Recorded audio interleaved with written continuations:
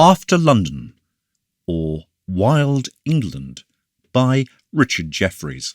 First published 1885.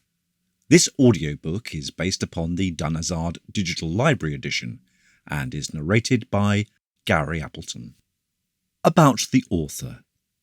John Richard Jefferies, born in 1848, grew up on a small debt-ridden farm near Swindon in Wiltshire in southwest England. His childhood on the farm greatly influenced his life and provided the background to his literary work. At the age of 16, together with a slightly older cousin, he attempted to run off first to Russia and then to America, but returned home when both attempts failed.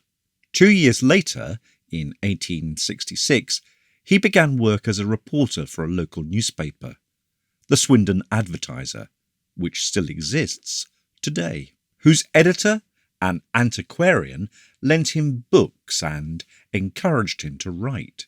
He began to actively pursue a career as a writer, but it took until 1874 before his first novel, The Scarlet Shawl, was published, the same year in which he married the daughter of a local farmer, Jessie Baden. Having suffered symptoms before in 1881, Jefferies was diagnosed with tuberculosis, which over the next years increasingly affected his health. He died from his illness in the summer of 1887.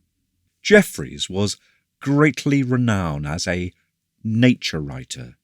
His essays on nature and country life appeared in magazines and were collected and published in book form.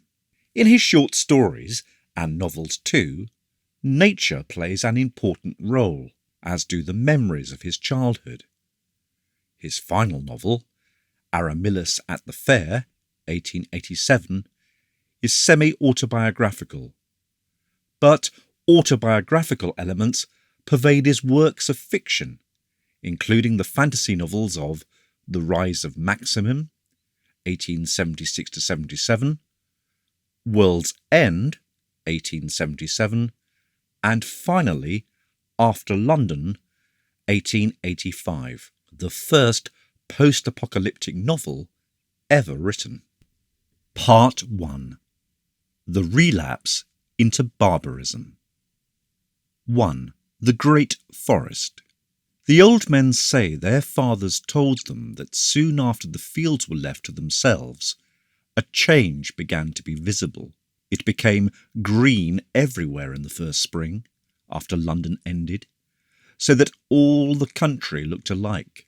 The meadows were green, and so was the rising wheat which had been sown, but which neither had nor would receive any further care.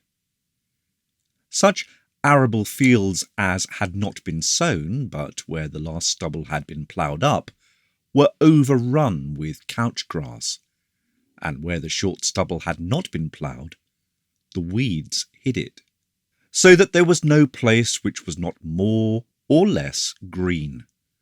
The footpaths were the greenest of all, for such is the nature of grass where it has once been trodden on, and by and by, as the summer came on, the former roads were thinly covered with the grass that had spread out from the margin. In the autumn, as the meadows were not mown, the grass withered as it stood, falling this way and that as the wind had blown it. The seeds dropped, and the bennets became a greyish white, or where the docks and sorrel were thick, a brownish red. The wheat, after it had ripened, there being no one to reap it, also remained standing, and was eaten by clouds of sparrows, rooks, and pigeons, which flocked to it and were undisturbed, feasting at their pleasure. As the winter came, the crops were beaten down by the storms, soaked with the rain, and trodden upon by herds of animals. Next summer, the prostrate straw of the preceding year was concealed by the young green wheat and barley that sprang up from the grain sown by dropping from the ears, and by quantities of docks, thistles, oxeye, daisies, and similar plants. This matted mass grew through the bleached straw. Charlock, too, hid the rotting roots in the fields under a blaze of yellow flower. The young spring meadow grass could scarcely push its way up through the long dead grass and bennets of the year previous, but docks and thistles, sorrel, wild carrots, and nettles found no such difficulty. Footpaths were concealed by the second year, but roads could be traced, though as green as the sward, and were still the best for walking, because the tangled wheat and weeds, and in the meadows the long grass, caught the feet of those who tried to pass through. Year by year, the original crops of wheat, barley, oats, and beans asserted their presence by shooting up, but in gradually diminished force, as the nettles and coarser plants, such as the wild parsnips, spread out into the fields from the ditches and choked them. Aquatic grasses from the furrows and water carriers extended in the meadows, and, with the rushes, helped to destroy or take the place of the former sweet herbage. Meanwhile, the brambles, which grew very fast, had pushed forward their prickly runners farther and farther from the hedges till they had now reached 10 or 15 yards. The briars had followed, and the hedges had widened to 3 or 4 times their first breadth, the fields being equally contracted. Starting from all sides at once, these brambles and briars in the course of about 20 years met in the centre of the largest fields. Hawthorn bushes sprang up among them, and protected by the briars and thorns from grazing animals, the suckers of elm trees rose and flourished. Sapling ashes, oaks, sycamores, and horse chestnuts lifted their heads. Of old time, the cattle would have eaten off the seed leaves with the grass so soon as they were out of the ground. But now most of the acorns that were dropped by birds, and the keys that were wafted by the wind, twirling as they floated, took root and grew into trees. By this time, the brambles and briars had choked up and blocked the former roads, which were as impassable as the fields. No fields indeed remained, for where the ground was dry, the thorns, briars, brambles, and sapling, already mentioned, filled the space, and these thickets and the young trees had converted most part of the country into an immense forest. Where the ground was naturally moist, and the drains had become choked with willow roots, which, when confined in tubes, grow into a mass like the bush of a fox, sedges and flags and rushes covered it. Thorn bushes were there too, but not so tall. They were hung with lichen. Besides the flags and reeds, vast quantities of the tallest cow parsnips, or gicks, rose 5 or 6 feet high, and the willow herb with its stout stem, almost as woody as a shrub, filled every approach. By the 13th year, there was not one single open place, the hills only excepted, where a man could walk unless he followed the tracks of wild creatures, or cut himself a path. The ditches, of course, had long since become full of leaves and dead branches, so that the water, which should have run off down them, stagnated and presently spread out into the hollow places and by the corners of what had once been fields, forming marshes where the horsetails, flags, and sedges hid the water. As no care was taken with the brooks, the hatches upon them gradually rotted, and the force of the winter rain carried away the weak timbers, flooding the lower grounds, which became swamps of larger size.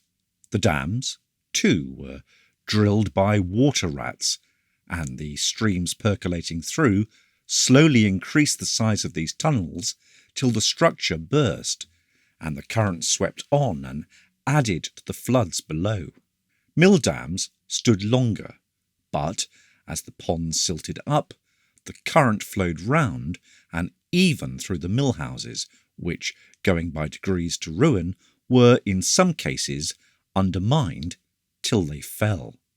Everywhere the lower lands adjacent to the streams had become marshes, some of them extending for miles in a winding line, and occasionally spreading out to a mile in breadth. This was particularly the case where brooks and streams of some volume joined the rivers, which were also blocked and obstructed in their turn, and the two overflowing covered the country around. For the rivers brought down trees and branches. Timbers floated from the shore, and all kinds of similar materials which grounded in the shallows or caught against snags and formed huge piles where there had once been weirs. Sometimes, after great rains, these piles swept away the timbers of the weir, driven by the irresistible power of the water, and then, in its course, the flood, carrying the bulks before it like battering rams, cracked and split the bridges of solid stone which the ancients had built. These and the iron bridges likewise were overthrown, and presently quite disappeared, for the very foundations were covered with the sand and gravel silted up. Thus, too, the sites of many villages and towns that anciently existed along the rivers, or on the lower lands adjoining, were concealed by the water and the mud it brought with it. The sedges and reeds that arose completed the work and left nothing visible, so that the mighty buildings of olden days were by these means utterly buried. And, as has been proved by those who have dug for treasures in our time, the very foundations are deep beneath the earth, and not to be got at for the water that oozes into the shafts that they have tried to sink through the sand and mud banks. From an elevation, therefore, there was nothing visible but endless forest and marsh. On the level ground and plains the view was limited to a short distance, because of the thickets and the saplings which had now become young trees. The downs only were still partially open, yet it was not convenient to walk upon them except in the tracks of animals, because of the long grass which, being no more regularly grazed upon by sheep, as was once the case, grew thick and tangled. Furze, too, and heath covered the slopes, and in places vast quantities of fern. There had always been copses of fir and beech and nut tree covers, and these increased and spread, while bramble, briar, and hawthorn extended around them. By degrees the trees of the vale seemed as it were to invade and march up the hills, and, as we see in our time, in many places the downs are hidden altogether with a stunted kind of forest. But all the above happened in the time of the first generation. Besides these things, a great physical change took place. But, before I speak of that, it will be best to relate what effects were produced upon animals and men. In the first years, after the fields were left to themselves, the fallen and overripe corn crops became the resort of innumerable mice. They swarmed to an incredible degree, not only devouring the grain upon the straw that had never been cut, but clearing out every single ear in the wheat ricks that were standing about the country. Nothing remained in these ricks but straw, pierced with tunnels and runs, the home and breeding place of mice, which thence poured forth into the fields. Such grain as had been left in barns and granaries, in mills and in warehouses of the deserted towns, disappeared in the same manner. When men tried to raise crops in small gardens and enclosures for their sustenance, these legions of mice rushed in and destroyed the produce of their labour. Nothing could keep them out, and if a score were killed, 100 more supplied their place. These mice were preyed upon by kestrel hawks, owls, and weasels, but at first they made little or no appreciable difference. In a few years, however, the weasels, having such a superabundance of food, trebled in numbers, and in the same way the hawks, owls, and foxes increased. There was then some relief, but even now at intervals districts are invaded, and the granaries and the standing corn suffer from these depredations. This does not happen every year, but only at intervals, for it is noticed that mice abound very much more in some seasons than others. The extraordinary multiplication of these creatures was the means of providing food for the cats that had been abandoned in the towns, and came forth into the country in droves. Feeding on the mice, they became, in a very short time, quite wild, and their descendants now roam the forests. In our houses, we still have several varieties of the domestic cat, such as the tortoiseshell, which is the most prized, but when the above-mentioned cats became wild, after a while the several varieties disappeared, and left but one wild kind. Those which are now so often seen in the forest, and which do so much mischief about houses and enclosures, are almost all greyish, some being striped, and they are also much longer in the body than the tame. A few are jet black. Their skins are then preferred by hunters.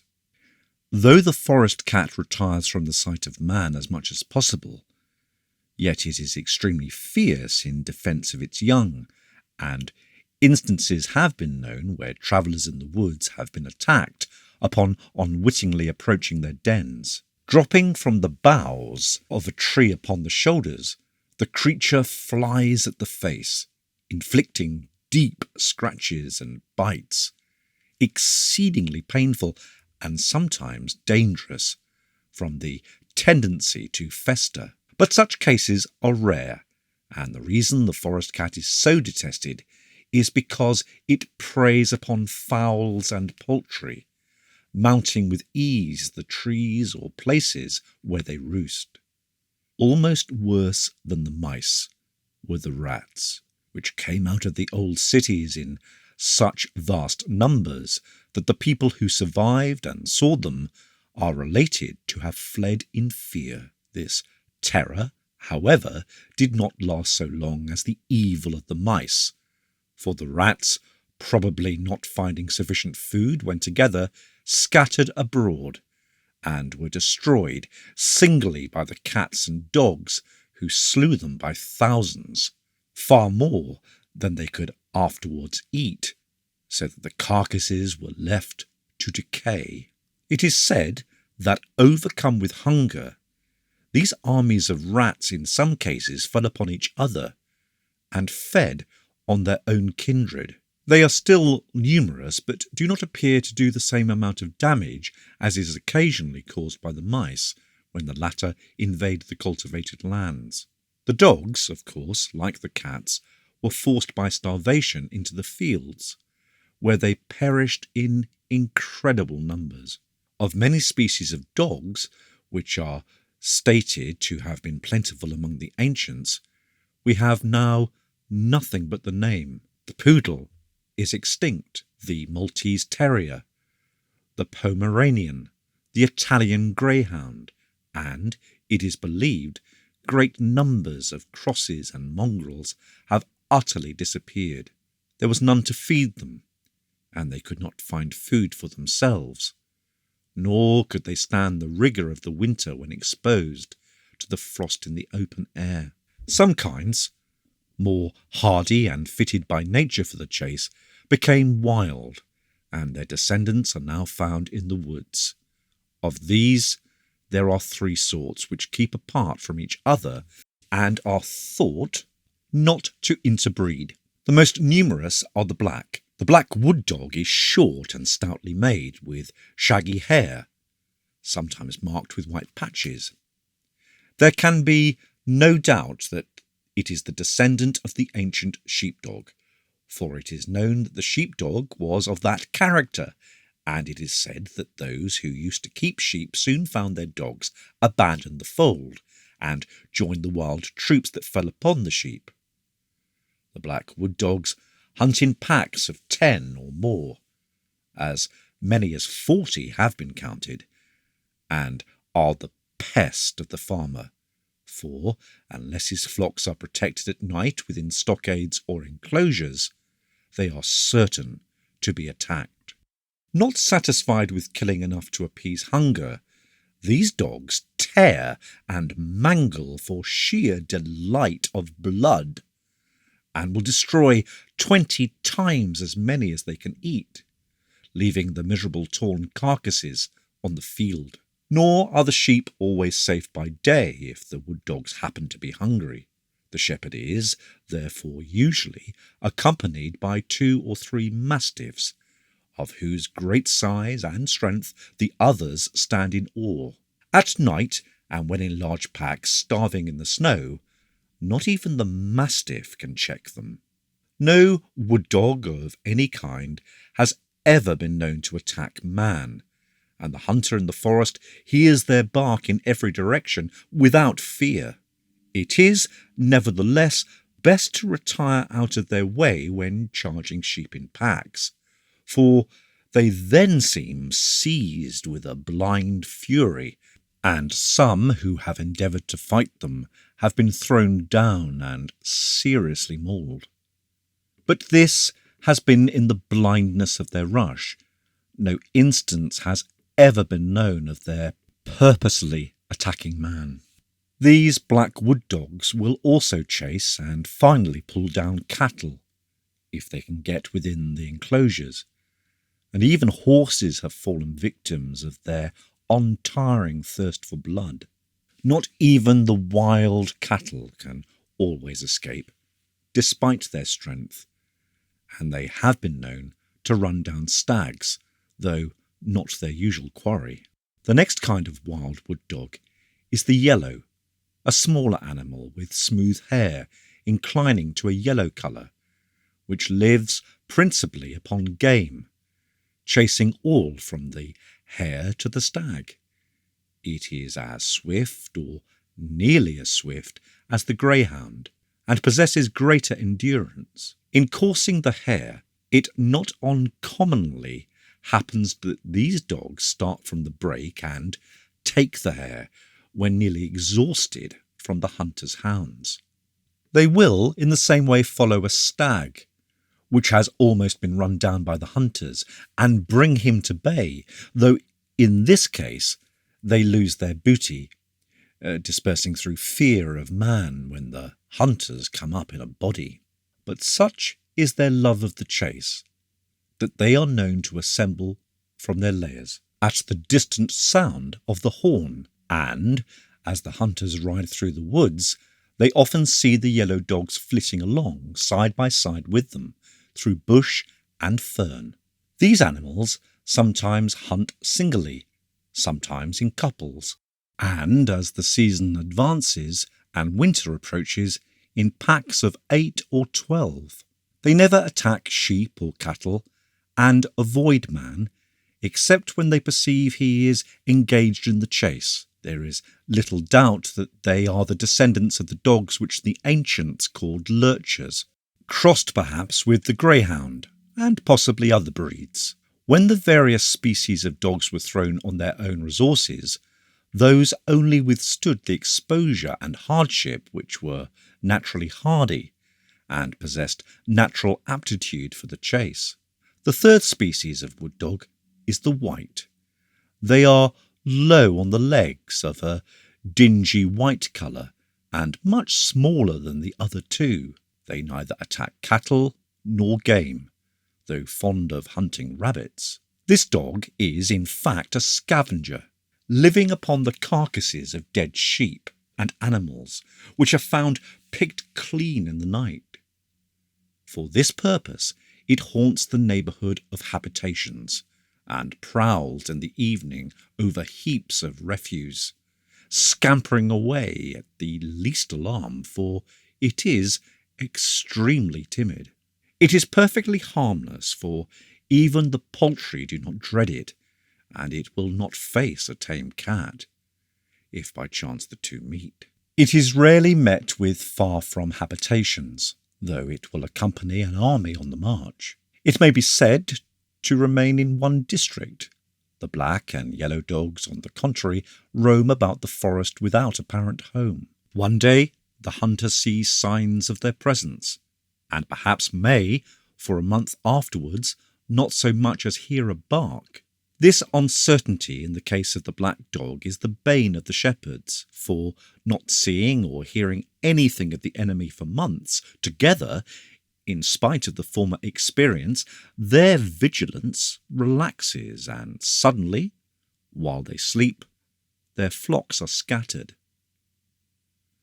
We still have, among tame dogs, the mastiff, terrier, spaniel, deerhound, and greyhound, all of which are as faithful to man as ever. 2. Wild animals. When the ancients departed, great numbers of their cattle perished. It was not so much the want of food as the inability to endure exposure that caused their death. A few winters are related to have so reduced them that they died by hundreds, many mangled by dogs. The hardiest that remained became perfectly wild, and the wood cattle are now more difficult to approach than deer. There are two kinds, the white and the black. The white, sometimes dun, are believed to be the survivors of the domestic roan and white, for the cattle in our enclosures at the present day are of that colour. The black are smaller, and are doubtless little changed from their state in the olden times, except that they are wild. These latter are timid, unless when accompanied by a calf, and are rarely known to turn upon their pursuers. But the white are fierce at all times. They will not indeed attack man, but will scarcely run from him, and it is not always safe to cross their haunts. The bulls are savage beyond measure at certain seasons of the year. If they see men at a distance, they retire. If they come unexpectedly face to face, they attack. This characteristic enables those who travel through districts known to be haunted by white cattle to provide against an encounter, for by occasionally blowing a horn, the herd that may be in the vicinity is dispersed. There are not often more than 20 in a herd. The hides of the dun are highly prized, both for their intrinsic value and as proofs of skill and courage, so much so that you shall hardly buy a skin for all the money you may offer, and the horns are likewise trophies. The white or dun bull is the monarch of our forests. 4 kinds of wild pigs are found. The most numerous, or at least the most often seen, as it lies about our enclosures, is the common thorn-hog. It is the largest of the wild pigs, long-bodied and flat-sided, in colour much the hue of the mud in which it wallows. To the agriculturist it is the greatest pest, destroying or damaging all kinds of crops and rooting up the gardens. It is with difficulty kept out by palisading, for if there be a weak place in the wooden framework, the strong snout of the animal is sure to undermine and work a passage through. As there are always so many of these pigs round about inhabited places and cultivated fields, constant care is required, for they instantly discover an opening. From their habit of haunting the thickets and bush which come up to the verge of the enclosures, they have obtained the name of thorn hogs. Some reach an immense size, and they are very prolific, so that it is impossible to destroy them. The boars are fierce at a particular season, but never attack unless provoked to do so. But when driven to bay, they are the most dangerous of the boars, on account of their vast size and weight. They are of sluggish disposition, and will not rise from their lairs unless forced to do so.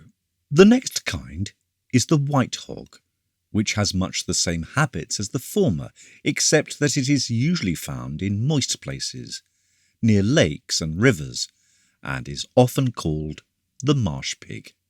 The third kind is perfectly black, much smaller in size, and very active, affording by far the best sport and also the best food when killed.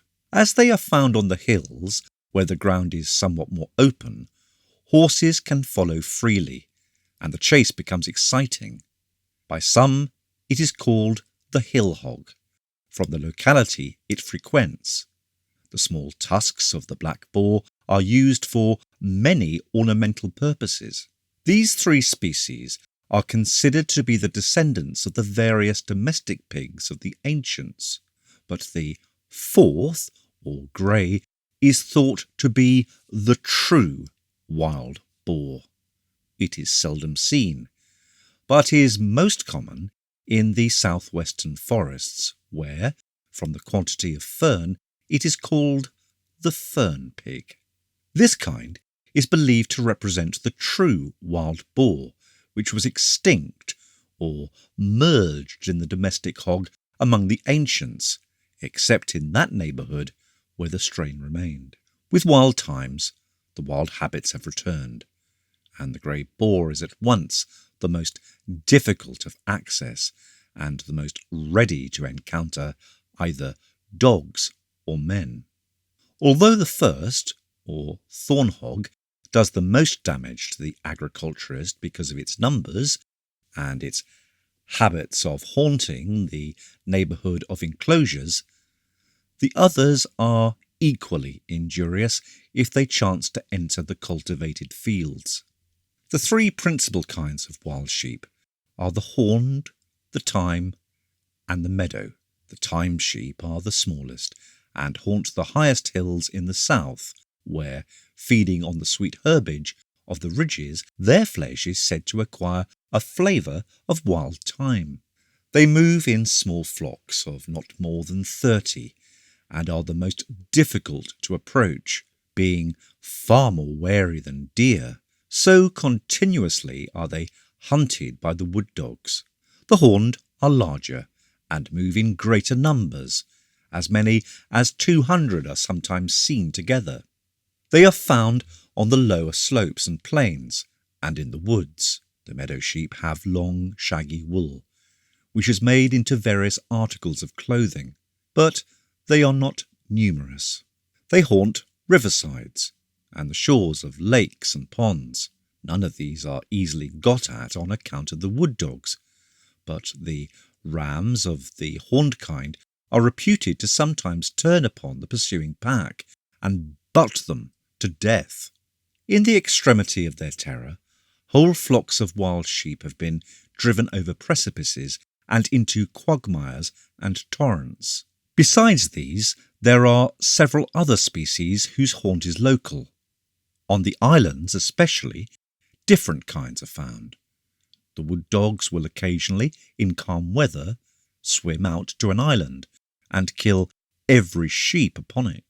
From the horses that were in use among the ancients, the two wild species now found are known to have descended, a fact confirmed by their evident resemblance to the horses we still retain. The largest wild horse is almost black, or inclined to a dark colour, somewhat less in size than our present wagon horses, but of the same heavy make. It is, however, much swifter on account of having enjoyed liberty for so long. It is called the bush horse, being generally distributed among thickets and meadow-like lands adjoining water. The other species is called the hill pony, from its habitat, the hills, and is rather less in size than our riding horse. This latter is short and thick-set, so much so as not to be easily ridden by short persons without high stirrups. Neither of these wild horses are numerous, but neither are they uncommon. They keep entirely separate from each other. As many as 30 mares are sometimes seen together, but there are districts where the traveller will not observe one for weeks. Tradition says that in the olden times there were horses of a slender build, whose speed outstripped the wind, but of the breed of these famous racers, not one is left. Whether they were too delicate to withstand exposure, or whether the wild dogs hunted them down, is uncertain, but they are quite gone. Did but one exist, how eagerly it would be sought out, for in these days it would be worth its weight in gold, unless, indeed, as some affirm, such speed only endured for a mile or two. It is not necessary, having written thus far of the animals, that anything should be said of the birds of the woods, which everyone knows were not always wild, and which can, indeed, be compared with such poultry as are kept in our enclosures. Such are the bush hens, the wood turkeys, the gallinae, the peacocks, the white duck and white goose, all of which, though now wild as the hawk, are well known to have once been tame. There were deer, red and fallow, in numerous parks and chases of very old time, and these, having got loose, and having such immense tracts to roam over unmolested, went on increasing till now they are beyond computation, and I have myself seen 1,000 head together. Within these 40 years, as I learn, the roe deer too have come down from the extreme north, so that there are now 3 sorts in the woods. Before them, the pine marten came from the same direction, and though they are not yet common, it is believed that they are increasing. For the first few years after the change took place, there seemed a danger lest the foreign wild beasts that had been confined as curiosities in menageries should multiply and remain in the woods. But this did not happen. Some few lions and tigers, bears, and other animals did indeed escape, together with many less furious creatures, and it is related that they roamed about the fields for a long time. They were seldom met with, having such an extent of country to wander over, and after a while entirely disappeared. If any progeny were born, the winter frosts must have destroyed it, and the same fate awaited the monstrous serpents which had been collected for exhibition. Only one animal now exists which is known to owe its origins to those which escaped from the dens of the ancients. It is the beaver, whose dams are now occasionally found upon the streams by those who traverse the woods. Some of the aquatic birds, too, which frequent the lakes, are thought to have been originally derived from those which were formerly kept as curiosities. In the castle yard at Longtover may still be seen the bones of an elephant, which was found dying in the woods near that spot. 3. Men of the woods. So far as this, all that I have stated has been clear, and there can be no doubt that what has been thus handed down from mouth to mouth is for the most part correct. When I pass from trees and animals to men, however, the thing is different, for nothing is certain, and everything confused. None of the accounts agree, nor can they be altogether reconciled with present facts or with reasonable supposition. Yet it is not so long since but a few memories, added one to the other, can bridge the time, and, though not many, there are some written notes still to be found.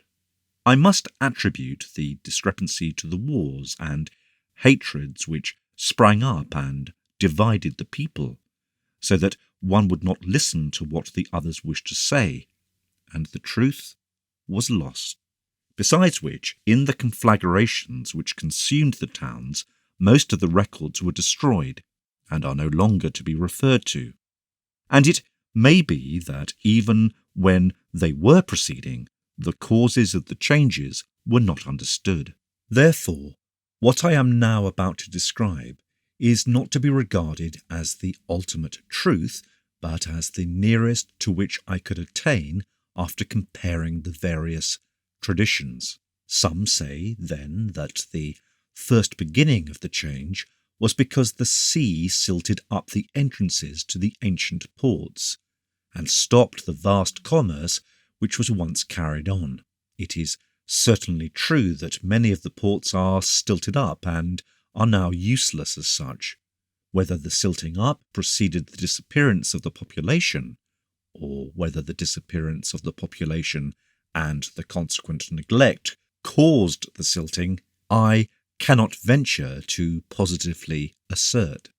For there are signs that the level of the sea has sunk in some places, and signs that it has become higher in others, so that the judicious historian will simply state the facts, and refrain from colouring them with his own theory, as Sylvester has done.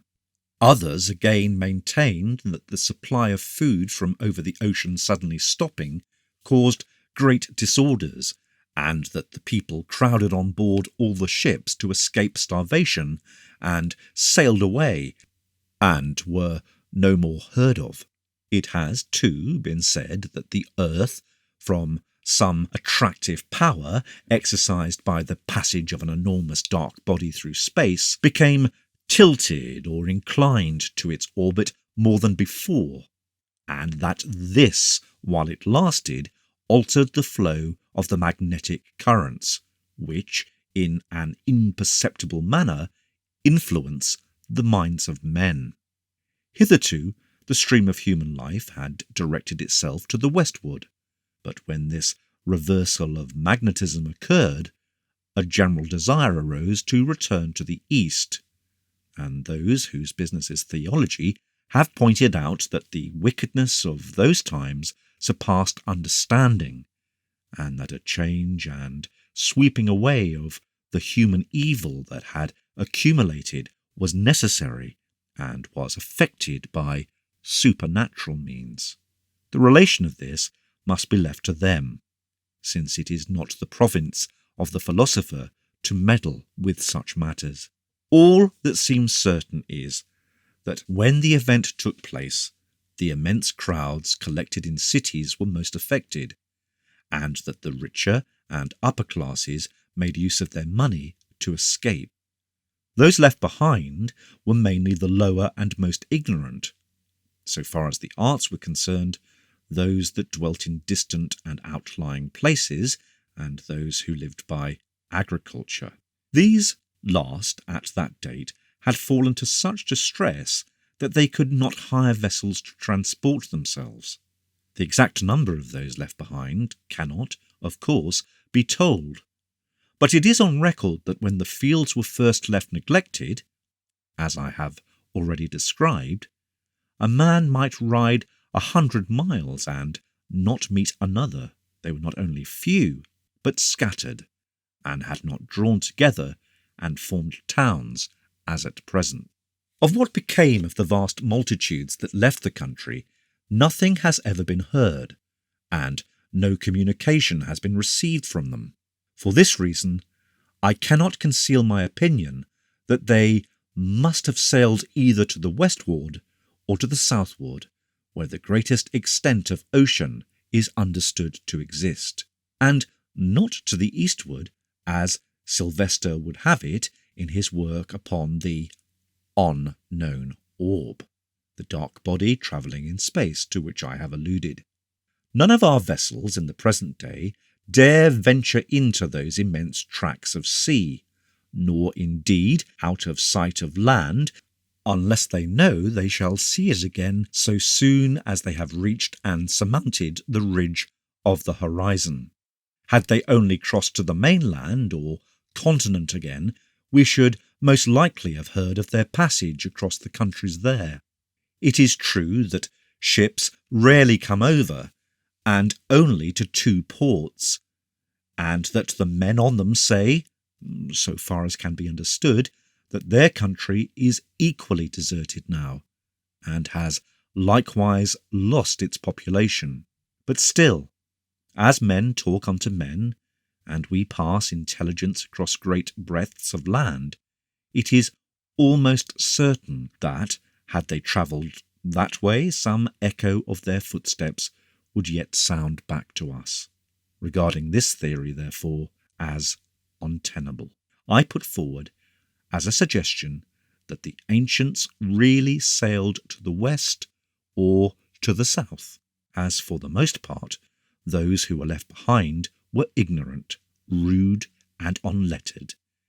It consequently happened that many of the marvellous things which the ancients did and the secrets of their science are known to us by name only, and, indeed, hardly by name.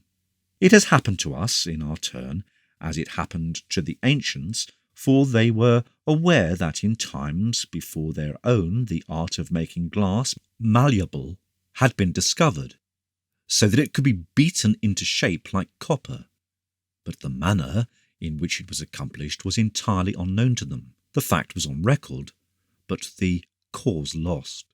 So now we know that those who to us are the ancients had a way of making diamonds and precious stones out of black and lustreless charcoal, a fact which approaches the incredible. Still, we do not doubt it, though we cannot imagine by what means it was carried out. They also sent intelligence to the utmost parts of the earth along wires, which were not tubular, but solid, and therefore could not transmit sound, and yet the person who received the message could hear and recognize the voice of the sender 1,000 miles away. With certain machines worked by fire, they traversed the land, swift as the swallow glides through the sky. But of these things, not a relic remains to us.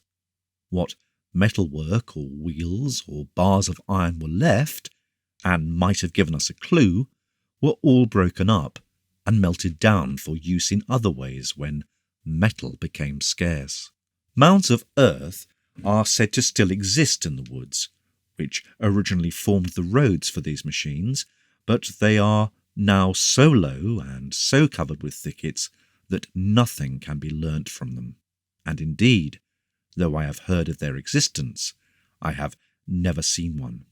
Great holes were made through the very hills for the passage of the iron chariot, but they are now blocked by the fallen roofs, nor dare anyone explore such parts as may yet be open. Where are the wonderful structures with which the men of those days were lifted to the skies, rising above the clouds? These marvellous things are to us little more than the fables of the giants and of the old gods that walked upon the earth, which were fables even to those whom we call the ancients. Indeed, we have fuller knowledge of those extremely ancient times than of the people who immediately preceded us, and the Romans and the Greeks are more familiar to us than the men who rode in the iron chariots and mounted the skies. The reason why so many arts and sciences were lost was because, as I have previously said, the most of those who were left in the country were ignorant, rude, and unlettered. They had seen the iron chariots, but did not understand the method of their construction, and could not hand down the knowledge they did not themselves possess. The magic wires of intelligence passed through their villages, but they did not know how to work them. The cunning artificers of the cities all departed, and everything fell quickly into barbarism. Nor could it be wondered at, for the few and scattered people of those days had enough to do to preserve their lives. Communication between one place and another was absolutely cut off, and if one perchance did recollect something that might have been of use, he could not confer with another who knew the other part, and thus between them reconstruct the machine. In the second generation, even these disjointed memories died out. At first, it is supposed that those who remained behind existed upon the grain in the warehouses, and what they could thresh by the flail from the crops left neglected in the fields. But as the provisions in the warehouses were consumed or spoiled, they hunted the animals, lately tame, and as yet but half wild. As these grew less in number and difficult to overtake, they set to work again to till the ground, and cleared away small portions of the earth, encumbered already with brambles and thistles. Some grew corn, and some took charge of sheep. Thus, in time, places far apart from each other were settled, and towns were built. Towns, indeed, we call them to distinguish them from the Champagne, but they are not worthy of the name in comparison with the mighty cities of old time.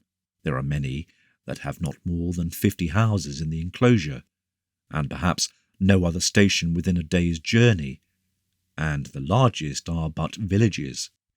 Reckoning by antiquity, for the most part they have their own government, or had till recently, and thus there grew up many provinces and kingdoms in the compass of what was originally but one.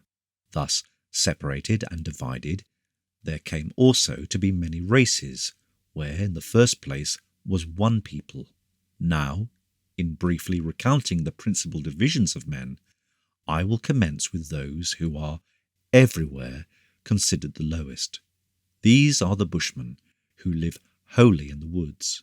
Even among the ancients, when every man, woman, and child could exercise those arts which are now the special mark of nobility, i.e., reading and writing, there was a degraded class of persons who refused to avail themselves of the benefits of civilization. They obtained their food by begging, wandering along the highways, crouching around fires which they lit in the open, clad in rags and exhibiting countenances from which every trace of self-respect had disappeared. These were the ancestors of the present men of the bushes. They took naturally to the neglected fields, and forming camps, as they call their tribes, or rather families, wandered to and fro, easily subsisting upon roots and trapped game. So they live to this day, having become extremely dexterous in snaring every species of bird and animal and the fishes of the streams. These latter they sometimes poison with a drug or plant, it is not known which, the knowledge of which has been preserved among them since the days of the ancients. The poison kills the fishes and brings them to the surface, when they can be collected by hundreds, but does not injure them for eating. Like the black wood dogs, the bushmen, often in fits of savage frenzy, destroy thrice as many as they can devour, trapping deer in wickerwork hedges or pitfalls, and cutting the miserable animals in pieces for mere thirst of blood. The oxen and cattle in the enclosures are occasionally in the same manner fearfully mutilated by these wretches, sometimes for amusement and sometimes in vengeance for injuries done to them. Bushmen have no settled home, cultivate no kind of corn or vegetable, keep no animals, not even dogs, have no houses or huts, no boats or canoes, nothing that requires the least intelligence or energy to construct. Roaming to and fro, without any apparent aim or object or any particular route, they fix their camp for a few days wherever it suits their fancy, and again move on. No man knows why or whither. It is this uncertainty of movement which makes them so dangerous. Today there may not be the least sign of any within miles of an enclosure. In the night, a camp may pass, slaughtering such cattle as may have remained without the palisade, or killing the unfortunate shepherd who has not got within the walls, and in the morning they may be nowhere to be seen, having disappeared like vermin. Face to face, the bushman is never to be feared. A whole camp or tribal family will scatter if a traveller stumbles into their midst. It is from behind a tree or under cover of night that he deals his murderous blow. A camp may consist of 10 or 20 individuals, sometimes perhaps of 40 or even 50 of various ages, and is ruled by the eldest, who is also the parent. He is absolute master of his camp, but has no power or recognition beyond it, so that how many leaders there may be among them it is not possible even to guess. Nor is the master known to them as king or duke, nor has he any title, but is simply the oldest or founder of the family.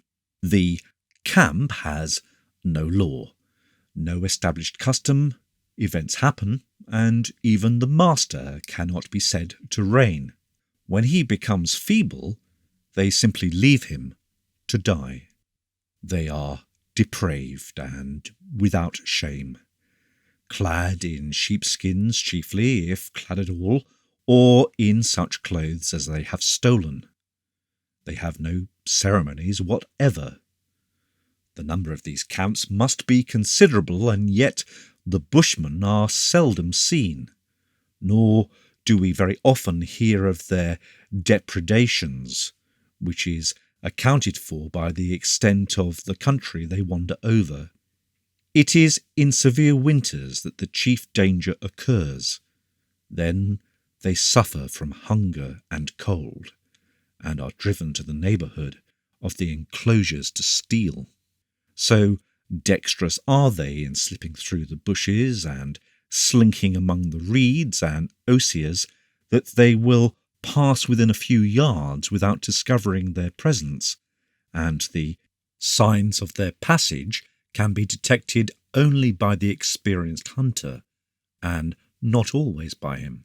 It is observed that whatever mischief the bushman commits, he never sets fire to any ricks or buildings. The reason is because his nature is to slink from the scene of his depredations, and flame at once attracts people to the spot. Twice the occurrence of a remarkably severe winter has caused the bushmen to flock together and act in an approach to concert in attacking the enclosures. The bushmen of the north, who were even more savage and brutal, then came down and were, with difficulty, repulsed from the walled cities. In ordinary times, we see very little of them. They are the thieves, the human vermin of the woods. Under the name of gypsies, those who are now often called Romani and Zingari were well known to the ancients. Indeed, they boast that their ancestry goes back so much farther than the oldest we can claim, that the ancients themselves were but modern to them. Even in that age of highest civilization, which immediately preceded the present, they say, and there is no doubt of it, that they preserved the blood of their race pure and untainted, that they never dwelt under permanent roofs, nor bowed their knees to the prevalent religion. They remained apart, and still continue after civilization has disappeared, exactly the same as they were before it commenced. Since the change, their numbers have greatly increased, and were they not always at war with each other, it is possible that they might go far to sweep the house people from the land. But there are so many tribes, each with its king, queen, or duke, that their power is divided, and their force melts away. The ruler of the bushmen's families is always a man, but among the gypsies, a woman, and even a young girl often exercises supreme authority, but must be of the sacred blood. These kings and dukes are absolute autocrats within their tribe, and can order by a nod the destruction of those who offend them. Habits of simplest obedience being enjoined on the tribe from the earliest childhood. Such executions are rare, but the right to command them is not for a moment questioned. Of the sorcerers, and particularly the sorceresses, among them, all have heard, and indeed the places where they dwell seem full of mystery and magic. They live in tents, and though they constantly remove from district to district, one tribe never clashes with or crosses another, because all have their especial routes, upon which no intrusion is ever made. Some agriculture is practised, and flocks and herds are kept, but the work is entirely done by the women. The men are always on horseback, or sleeping in their tents. Each tribe has its central camping place, to which they return at intervals after perhaps wandering for months, a certain number of persons being left at home to defend it. These camps are often situated in inaccessible positions and well protected by stockades. The territory which is acknowledged to belong to such a camp is extremely limited. Its mere environs only are considered the actual property of the tribe, and a second can pitch its tents within a few hundred yards. These stockades, in fact, are more like storehouses than residences. Each is a mere rendezvous.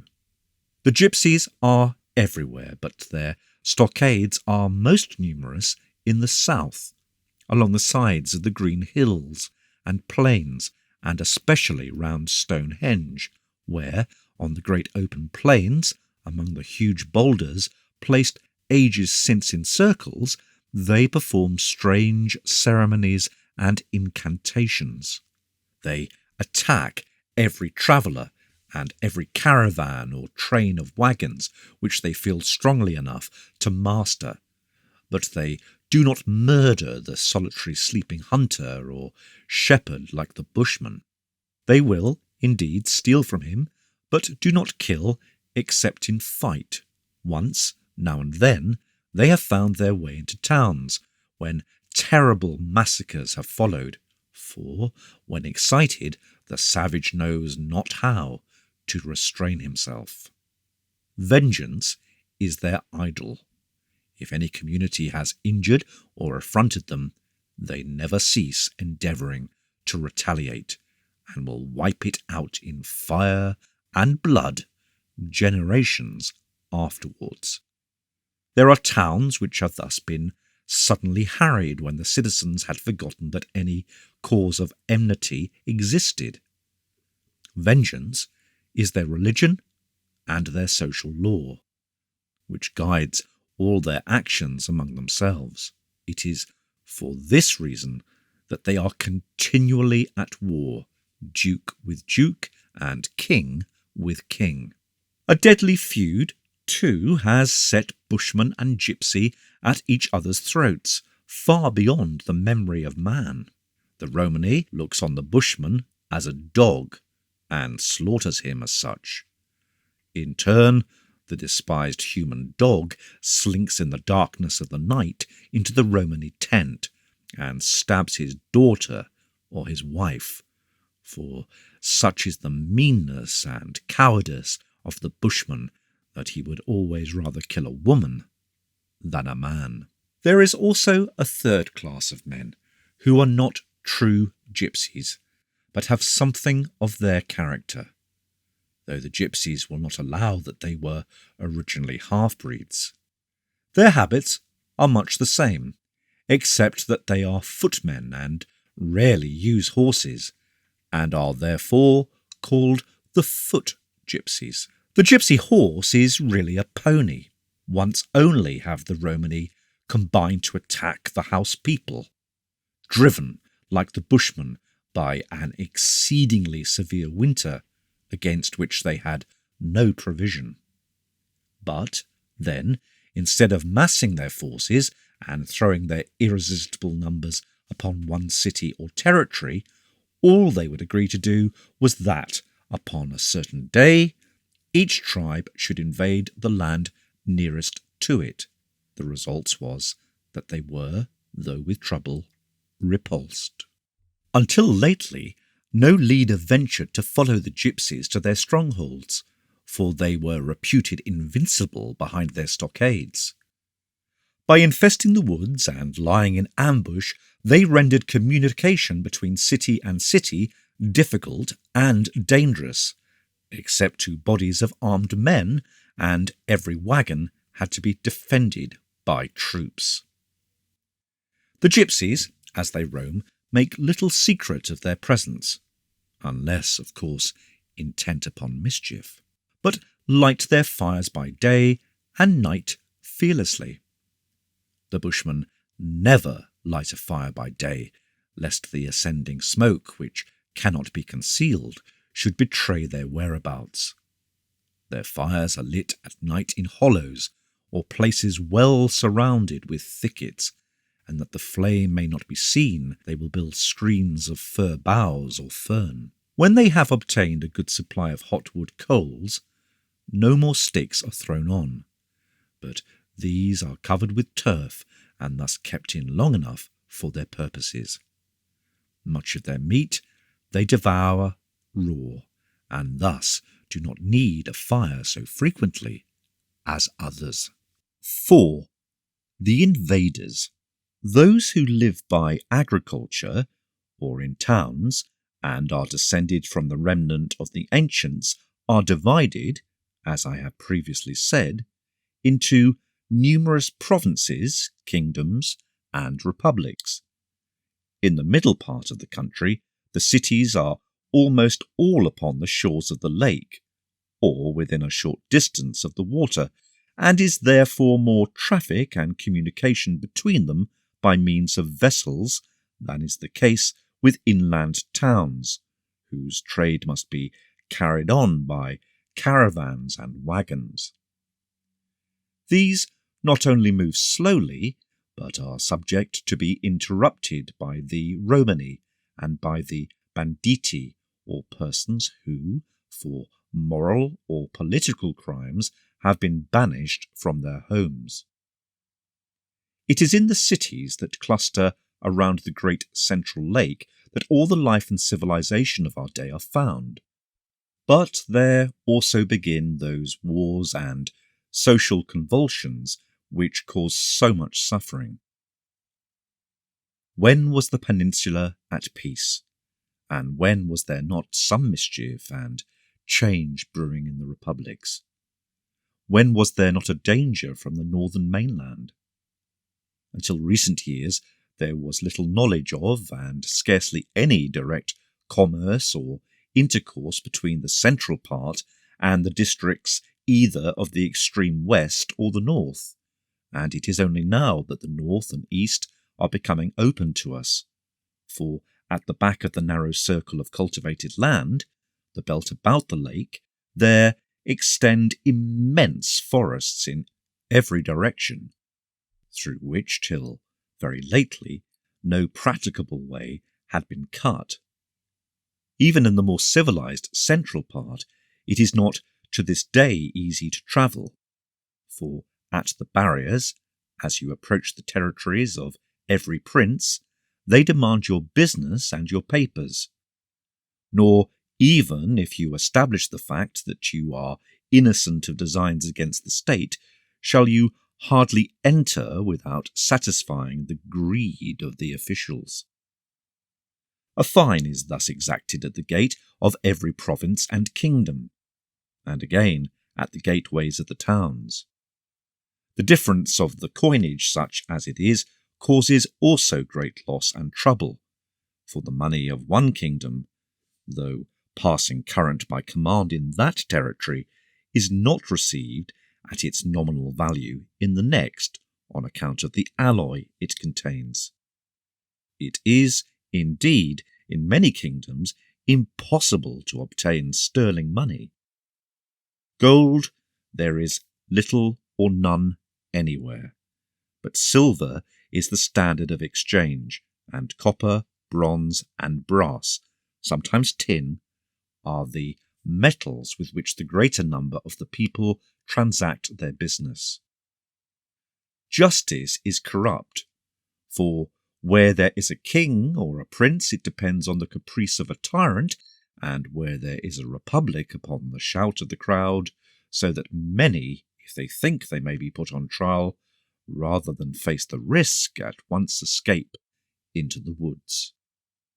The League, though based ostensibly on principles the most exalted and beneficial to humanity, is known to be perverted. The members sworn to honour and the highest virtue are swayed by vile motives, political hatreds, and private passions, and even by money. Men for ever trample upon men, each pushing to the front, nor is there safety in remaining in retirement, since such are accused of biding their time and of occult designs. Though the population of these cities, all counted together, is not equal to the population that once dwelt in a single second-rate city of the ancients, yet how much greater are the bitterness and the struggle. Yet, not content with the bloodshed they themselves cause, the tyrants have called in the aid of mercenary soldiers to assist them, and to complete the disgrace, those republics which proclaim themselves the very home of patriotic virtues have resorted to the same means. Thus we see English cities kept in awe by troops of Welshmen, Irish, and even the Western Scots, who swarm in the council chambers of the republics and, opening the doors of the houses, help themselves to what they will. This, too, in the face of the notorious fact that these nations have sworn to be avenged upon us, that their vessels sail about the lake committing direful acts of piracy, and that twice already vast armies have swept along, threatening to entirely overwhelm the whole Commonwealth.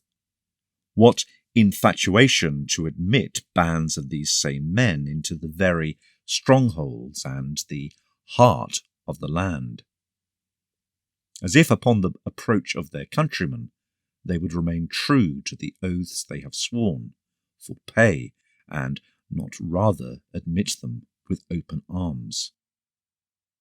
No blame can, upon a just consideration, be attributed to either of these nations that endeavour to oppress us.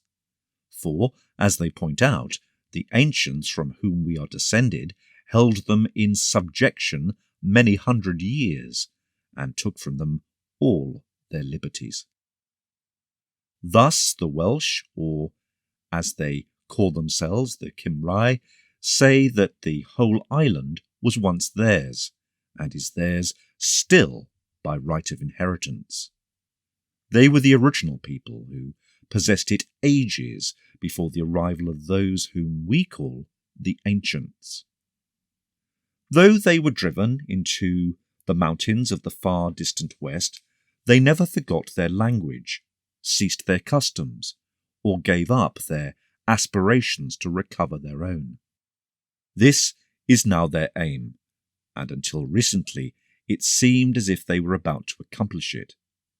For they held all that county anciently called Cornwall, having crossed the Severn and marched down the southern shore. The rich land of Devon, part of Dorset, all, indeed, that is inhabited, and the most part of Somerset acknowledged their rule. Worcester and Hereford and Gloucester were theirs. I mean, of course, those parts that are not forest.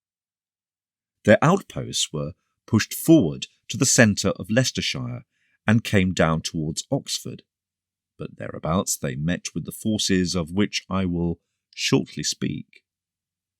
Then their vessels every summer, sailing from the Severn, came into the lake, and landing wherever there was an opportunity, they destroyed all things and carried off the spoil. Is it necessary to say more to demonstrate the madness which possesses those princes and republics which, in order to support their own tyranny, have invited bands of these men into their very palaces and forts? As they approached near what was once Oxford, and is now Sypolis, the armies of the Cymrae came into collision with another of our invaders, and thus their forward course to the south was checked.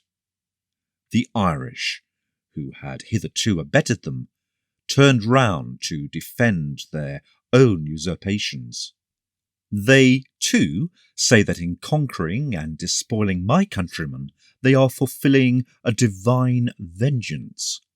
Their land of Ireland had been for centuries ground down with an iron tyranny by our ancestors, who closed their lips with a muzzle and led them without a bridle, as their poets say. But now the hateful Saxons, for thus both they and the Welsh designate us, are broken and delivered over to them for their spoil. It is not possible to deny many of the statements that they make, but that should not prevent us from battling with might and main against the threatened subjugation. What crime can be greater than the admission of such foreigners as the guards of our cities? Now the Irish have their principal rendezvous and capital near to the ancient city of Chester, which is upon the ocean and at the very top and angle of Wales. This is their great settlement, their magazine and rallying place, and thence their expeditions have proceeded. It is a convenient port and well opposite their native land, from which reinforcements continually arrive, but the Welsh have ever looked upon their possession of it with jealousy. At the period when the Cymrae had nearly penetrated the Sypolis or Oxford, the Irish on their part had overrun all the cultivated and inhabited country in a south and southeasterly line from Chester, through Rutland to Norfolk and Suffolk, and even as far as Luton. They would have spread to the north, but in that direction they were met by the Scots, who had all Northumbria. When the Welsh came near Sypolis, the Irish awoke to the position of affairs. Sypolis is the largest and most important city upon the northern shore of the lake, and it is situated at the entrance to the neck of the land that stretches out to the straits. If the Welsh were once well posted there, the Irish could never hope to find their way to the rich and cultivated south, for it is just below Sipylus that the lake contracts and forms a strait in one place, but a furlong wide. The two forces thus came into collision, and while they fought and destroyed each other, Sipylus was saved. After which, finding they were evenly matched, the Irish withdrew 2 days' march northwards, and the Cymrae as far westwards. But now the Irish, sailing round the outside of Wales, came likewise up through the Red Rocks, and so into the lake, and in their turn, landing, harassed the cities. Often Welsh and Irish vessels, intending to attack the same place, have discerned each other approaching, and turning from their proposed action, have flown at each other's throats. The Scots have not harassed us in the south much, being too far distant, and those that wander hither come for pay, taking service as guards. They are, indeed, the finest of men, and the hardiest to battle with. I had forgotten to mention that it is possible the Irish might have pushed back the Welsh had not the Kingdom of York suddenly, reviving by means which shall be related, valiantly thrust out its masters and fell upon their rear. But still these nations are always upon the verge and margin of our world, and wait but an opportunity to rush in upon it. Our countrymen groan under their yoke, and I say again that infamy should be the portion of those rulers among us who have filled their fortified places with mercenaries derived from such sources. The land, too, is weak, because of the multitude of bondsmen. In the provinces and kingdoms round about the lake, there is hardly a town where the slaves do not outnumber the free as 10 to 1. The laws are framed for the object of reducing the greater part of the people to servitude. For every offence, the punishment is slavery, and the offences are daily artificially increased, that the wealth of the few inhuman beings may grow with them. If a man in his hunger steals a loaf, he becomes a slave. That is, it is proclaimed he must make good to the state the injury he has done it, and must work out his trespass. This is not assessed as the value of the loaf, nor supposed to be confined to the individual from whom it was taken. The theft is said to damage the state at large, because it corrupts the morality of the commonwealth. It is as if the thief had stolen a loaf not from one, but from every member of the state. Restitution must, therefore, be made to all, and the value of the loaf returned in labour 1,000-fold. The thief is the bondsman of the state, but as the state cannot employ him, he is leased out to those who will pay into the treasury of the prince the money equivalent to the labour he is capable of performing. Thus, under cover of the highest morality, the greatest iniquity is perpetrated. For the theft of a loaf, the man is reduced to a slave. Then his wife and children, unable to support themselves, become a charge to the state, that is, they beg in the public ways.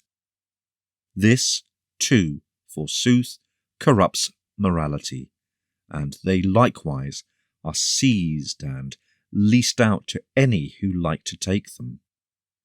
Nor can he or they ever become free again, for they must repay to their proprietor the sum he gave for them, And how can that be done, since they receive no wages?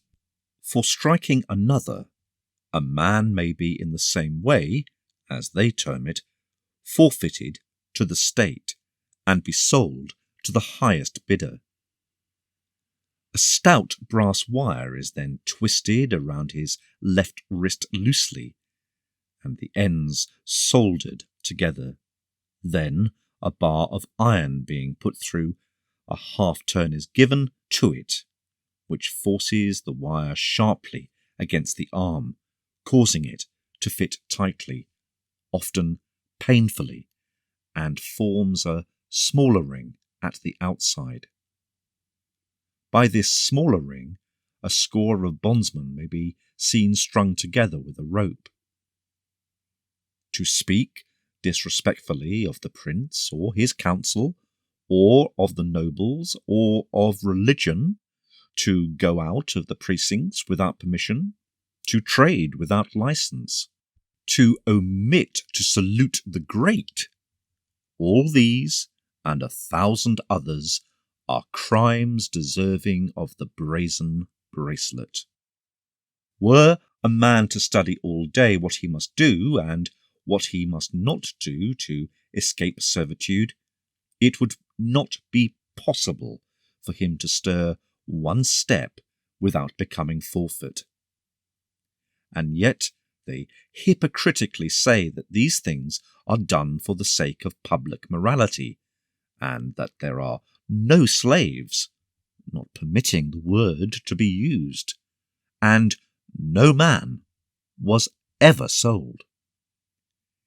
It is, indeed, true that no man is sold in open market.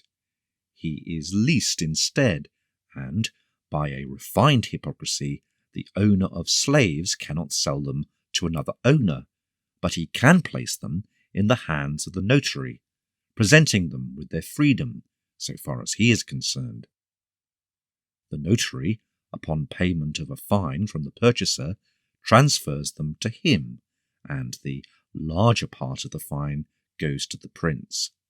Debt alone, under their laws, must crowd the land with slaves, for, as wages are scarcely known, a child from its birth is often declared to be in debt, for its nourishment is drawn from its mother, and the wretched mother is the wife of a retainer who is fed by his lord. To such a degree is this tyranny carried. If any owe a penny, his doom is sealed. He becomes a bondsman, and thus the estates of the nobles are full of men who work during their whole lives for the profit of others.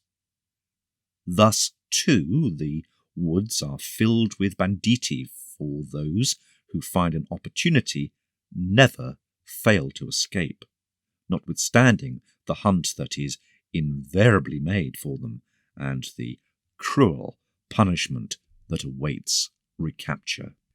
And numbers, foreseeing that they might become bondsmen, before they are proclaimed forfeit, steal away by night, and live as they may in the forests.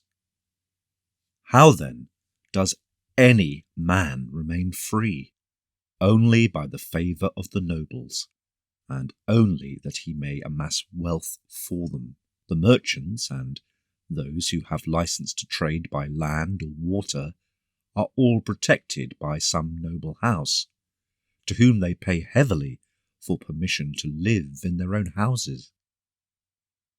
The principal tyrant is supported by the nobles, that they in turn may tyrannize over the merchants, and they again over all the workmen of their shops and bazaars, over their own servants, for thus they call the slaves, that the word itself may not be used, who work upon their estates. The nobles are absolute masters, and may even hang them upon the nearest tree. And here I cannot but remark how strange it is, first, that any man can remain a slave rather than die, and secondly, how much stranger it is that any other man, himself a slave, can be found to hunt down or to hang his fellow. Yet the tyrants never lack executioners. Their castles are crowded with retainers, who wreak their wills upon the defenceless. These retainers do not wear the brazen bracelet. They are free. Are there, then, no beggars? Yes, they sit at every corner and about the gates of the cities, asking for alms. Though begging makes a man forfeit to the state, it is only when he has thews and sinews and can work. The diseased and aged, the helpless and feeble, may break the law and starve by the roadside, because it profits no one to make them his slaves. And all these things are done in the name of morality and for the good of the human race, as they constantly announce in their councils and parliaments. There are two reasons why the mercenaries have been called in. First, because the princes found the great nobles so powerful and can keep them in check only by the aid of these foreigners. And secondly, because the number of the outlaws in the woods has become so great that the nobles themselves are afraid lest their slaves should revolt and, with the aid of the outlaws, overcome them. Now the mark of a noble is that he can read and write. When the ancients were scattered, the remnant that was left behind was, for the most part, ignorant and poor.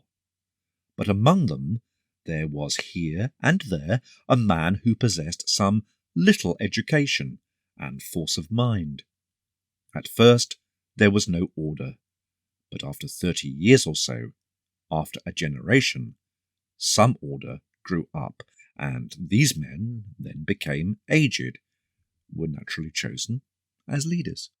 They had, indeed, no actual power then, no guards or armies, but the common folk who had no knowledge came to them for decision of their disputes, for advice what to do, for the pronouncement of some form of marriage, for the keeping of some note of property, and to be united against a mutual danger. These men, in turn, taught their children to read and write, wishing that some part of the wisdom of the ancients might be preserved. They themselves wrote down what they knew, and these manuscripts transmitted to their children were saved with care. Some of them remain to this day. These children, growing to manhood, took more upon them, and assumed higher authority as the past was forgotten, and the original equality of all men lost in antiquity. The small enclosed farms of their fathers became enlarged to estates. The estates became towns, and thus by degrees the order of the nobility was formed. As they intermarried only among themselves, they preserved a certain individuality. At this day, a noble is at once known, no matter how coarsely he may be dressed or how brutal his habits, by his delicacy of feature, his air of command, even by his softness of skin and fineness of hair. Still, the art of reading and writing is scrupulously imparted to all their legitimate offspring, and scrupulously confined to them alone. It is true that they do not use it except on rare occasions when necessity demands, being wholly given over to the chase, to war, and politics. But they retain the knowledge. Indeed, were a noble to be known not to be able to read and write, the prince would at once degrade him, and the sentence would be upheld by the entire caste. No other but the nobles are permitted to acquire these arts. If any attempt to do so, they are enslaved and punished. But none do attempt. Of what avail would it be to them? All knowledge is thus retained in the possession of the nobles. They do not use it, but the physicians, for instance, who are famous, are so because by favour of some baron they have learned receipts in the ancient manuscripts which have been mentioned. One virtue, and one only, adorns this exclusive caste. They are courageous to the verge of madness. I had almost admitted to state that the merchants know how to read and write, having special license and permits to do so, without which they may not correspond.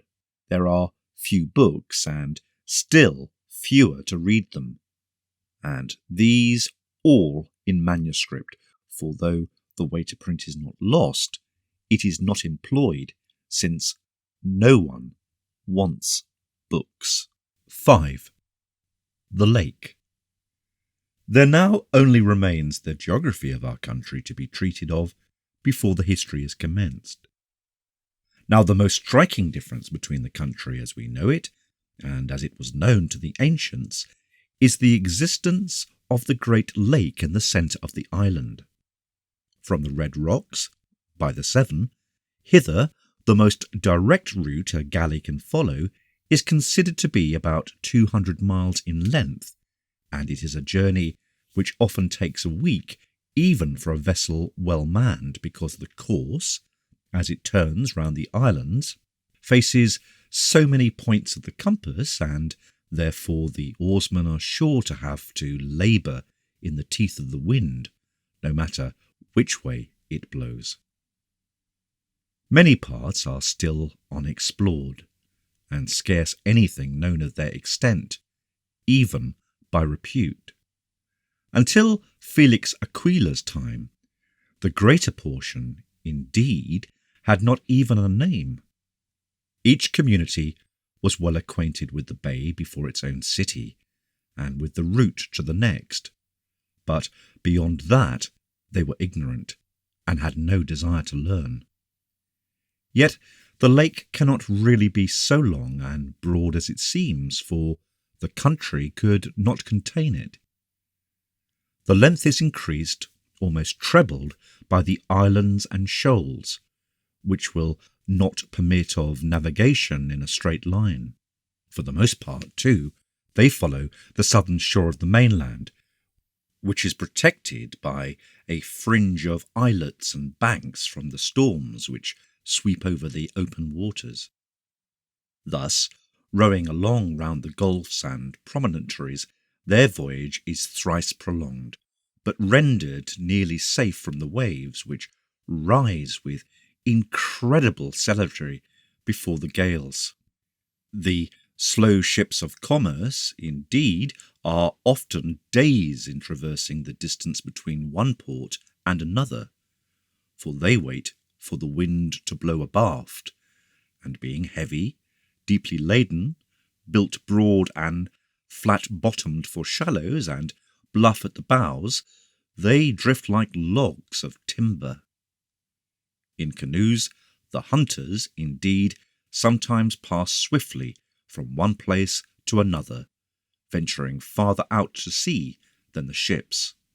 They could pass yet more quickly were it not for the inquisition of the authorities at every city and port, who not only levied dues and fees for the treasury of the prince and for their own rapacious desires, but demand whence the vessel comes, to whom she belongs, and whither she is bound, so that no ship can travel rapidly unless so armed as to shake off these inquisitors. The canoes, therefore, travel at night, and in calm weather may make miles away from the shore, and thus escape, or slip by daylight among the reedy shallows, sheltered by the flags and willows from view. The ships of commerce haul up to the shore toward evening, and the crews, disembarking, light their fires, and cook their food. There are, however, 1 or 2 gaps, as it were, in their usual course, which they cannot pass in this leisurely manner, where the shore is exposed and rocky or too shallow, and where they must reluctantly put forth and sail from one horn of the land to the other. The lake is also divided into 2 unequal portions by the Straits of Whitehorse, where vessels are often weather-bound and cannot make way against the wind, which sets a current through the narrow channel. There is no tide. The sweet waters do not ebb and flow. But while I thus discourse, I have forgotten to state how they came to fill the middle of the country. Now the philosopher Sylvester, and those who seek after marvels, say that the passage of the dark body through space caused an immense volume of fresh water to fall in the shape of rain, and also that the growth of the forest distilled rain from the clouds. Let us leave these speculations to dreamers, and recount what is known to be. For there is no tradition among the common people, who are extremely tenacious of such things, of any great rainfall, nor is there any mention of floods in the ancient manuscripts, nor is there any larger fall of rain now than was formerly the case.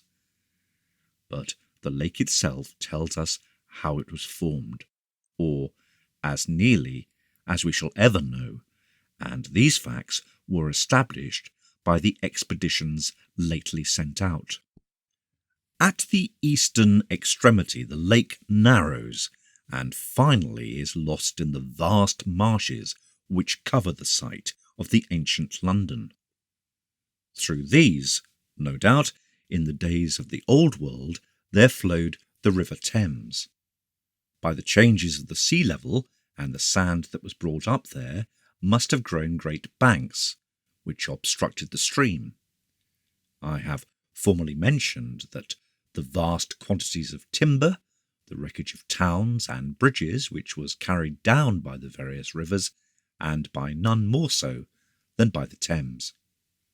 These added to the accumulation, which increased the faster because the foundations of the ancient bridges held it like piles driven in for the purpose. And before this, the river had become partially choked from the cloacae of the ancient city, which poured into it through enormous subterranean aqueducts and drains. After a time, all these shallows and banks became well matted together by the growth of weeds, of willows and flags, while the tide, ebbing lower at each drawing back, left still more mud and sand. Now it is believed that when this had gone on for a time, the waters of the river, unable to find a channel, began to overflow up into the deserted streets, and especially to fill the underground passages and drains, of which the number and extent was beyond all the power of words to describe. These, by the force of the water, were burst up, and the houses fell in. For this marvellous city, of which such legends are related, was after all only of brick, and when the ivy grew over the trees and shrubs sprang up, and lastly the waters underneath burst in, the huge metropolis was soon overthrown. At this day, all those parts which were built upon low ground are marshes and swamps. Those houses that were upon high ground were, of course, like the other towns, ransacked of all they contained by the remnant that was left. The iron, too, was extracted. Trees growing up by them in time cracked the walls, and they fell in. Trees and bushes covered them. Ivy and nettles concealed the crumbling masses of brick. The same was the case with the lesser cities and towns whose sites are known in the woods. For though many of our present towns bear the ancient names, they do not stand upon the ancient sites, but are 2 or 3 and sometimes 10 miles distant. The founders carried with them the name of their original residence. Thus, the low-lying parts of the mighty city of London became swamps, and the higher grounds were clad with bushes. The very largest of the buildings fell in, and there was nothing visible but trees and hawthorns on the upper lands, and willows, flags, reeds, and rushes on the lower.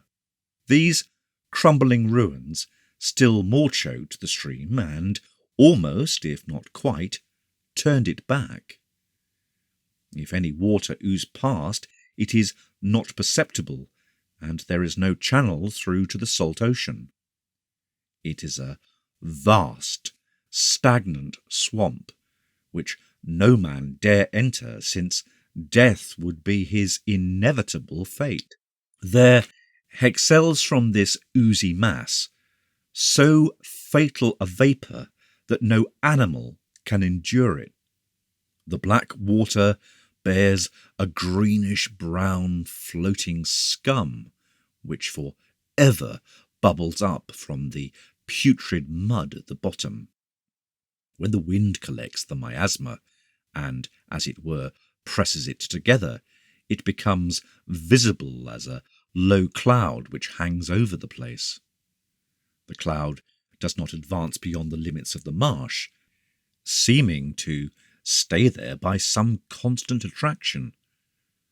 And well it is for us that it does not, since at such times when the vapour is thickest, the very wildfowl leave the reeds and fly from the poison. There are no fishes, neither can eels exist in the mud, nor even newts. It is dead.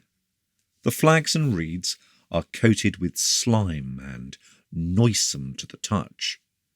There is one place where even these do not grow, and where there is nothing but an oily liquid, green and rank.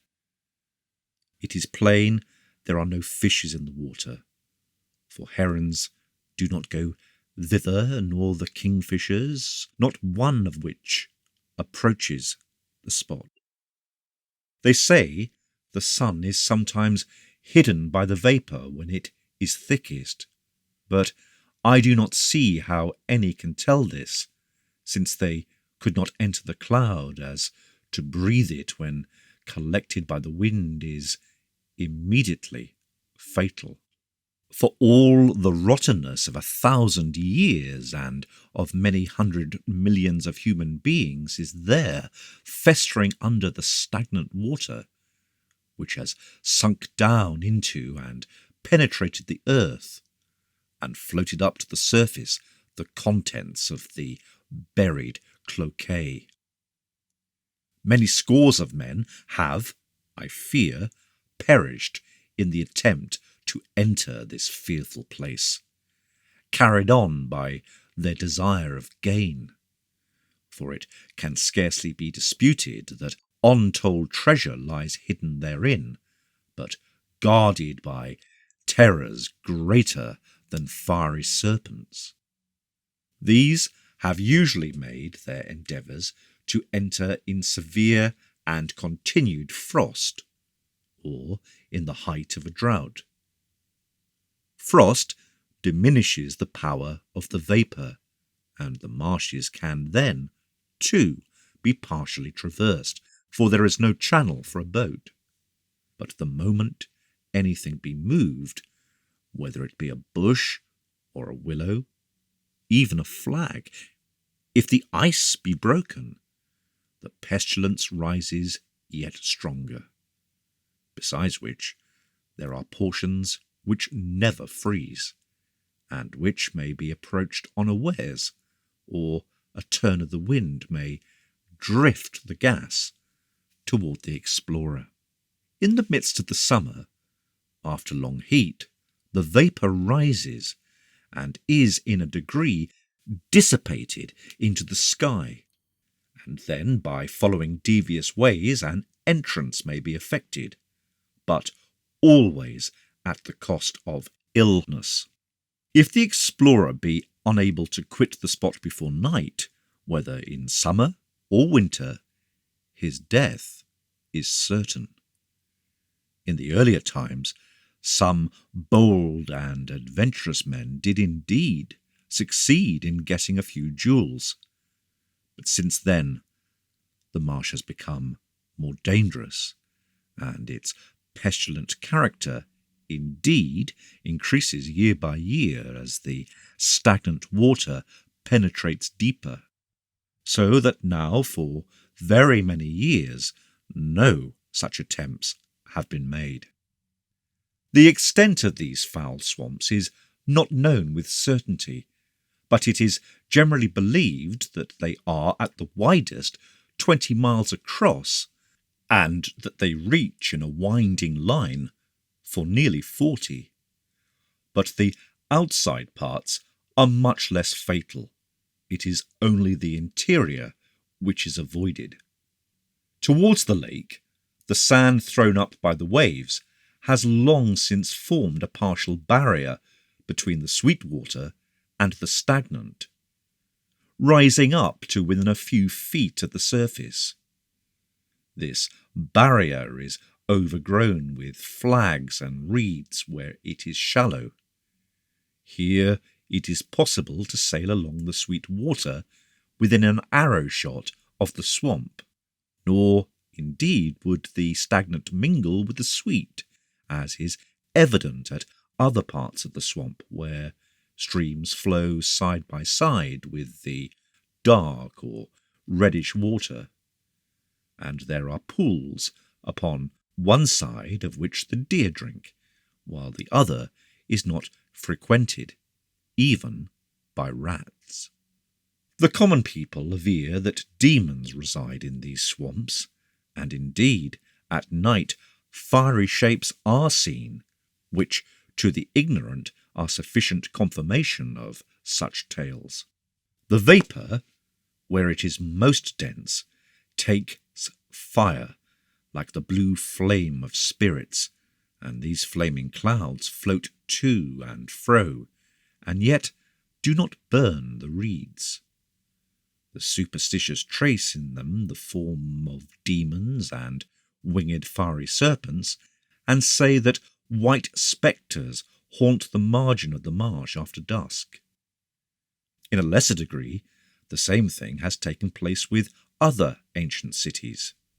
It is true that there are not always swamps, but the sites are uninhabitable because of the emanations from the ruins. Therefore, they are avoided.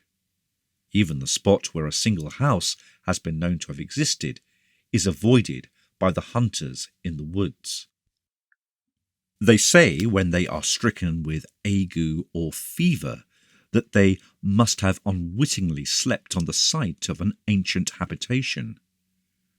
Nor can the ground be cultivated near the ancient towns, because it causes fever, and thus it is that, as I have already stated, the present places of the same name are often miles distant from the former locality. No sooner does the plough or the spade turn up an ancient site than those who work there are attacked with illness, and thus the cities of the old world and their houses and habitations are deserted and lost in the forest. If the hunters, about to pitch their camp for the night, should stumble on so much as a crumbling brick or a fragment of hewn stone, they at once remove at least a bowshot away. The eastward flow of the Thames, being at first checked and finally almost or quite stopped by the formation of these banks, the water turned backwards, as it were, and began to cover the hitherto dry land. And this, with the other lesser rivers and brooks that no longer had any ultimate outlet, accounts for the lake, so far as this side of the country is concerned. At the western extremity, the waters also contract between the steep cliffs called the Red Rocks, near to which once existed the city of Bristol. Now, the Welsh say, and the tradition of those who dwell in that part of the country bears them out, that in the time of the Old World the River Severn flowed past the same spot, but not between these cliffs. The great River Severn, coming down from the north, with England on one bank and Wales upon the other, entered the sea, widening out as it did so. Just before it reached the sea, another lesser river called the Avon, the upper part of which is still there, joined it, passing through this cleft in the rocks. But when the days of the Old World ended in the twilight of the ancients, as the salt ocean fell back and its level became lower, vast sandbanks were disclosed, which presently extended across the most part of the Severn River. Others, indeed, think that the salt ocean did not sink, but that the land instead was lifted higher. Then they say that the waves threw up an immense quantity of shingle and sand, and that thus these banks were formed.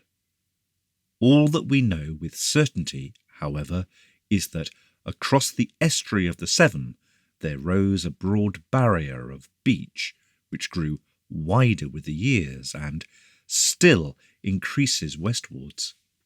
It is as if the ocean churned up its floor and cast it forth upon the strand. Now when the Severn was thus stayed yet more effectually than the Thames, in the first place it also flowed backwards, as it were, till its overflow and that of the lesser rivers which ran into it met and mingled with the reflux of the Thames. Thus the inland sea of fresh water was formed, though Sylvester hints, what is most improbable, that the level of the land sank and formed a basin. After a time, when the waters had risen high enough, since all water must have an outlet somewhere, the lake, passing over the green country behind the red rocks, came pouring through the channel of the Avon. Then, farther down, it rose over the banks which were lowest there, and thus found its way over a dam into the sea. Now when the tide of the ocean is at its ebb, the waters of the lake rush over these banks with so furious a current that no vessel can either go down or come up. If ships attempted to go down, they would be swamped by the meeting of the waves. If they attempted to come up, the strongest gale that blows could not force them against the stream. As the tide gradually returns, however, the level of the ocean rises to the level of the lake. The outward flow of the water ceases, and there is even a partial inward flow of the tide, which, at its highest, reaches to the red rocks. At this state of the tide, which happens twice in a day and night, vessels can enter or go forth. The Irish ships of which I have spoken thus come into the lake, waiting outside the bar till the tide lifts them over. Being built to traverse the ocean from their country, they are large and stout, and well manned, carrying from 30 to 50 men.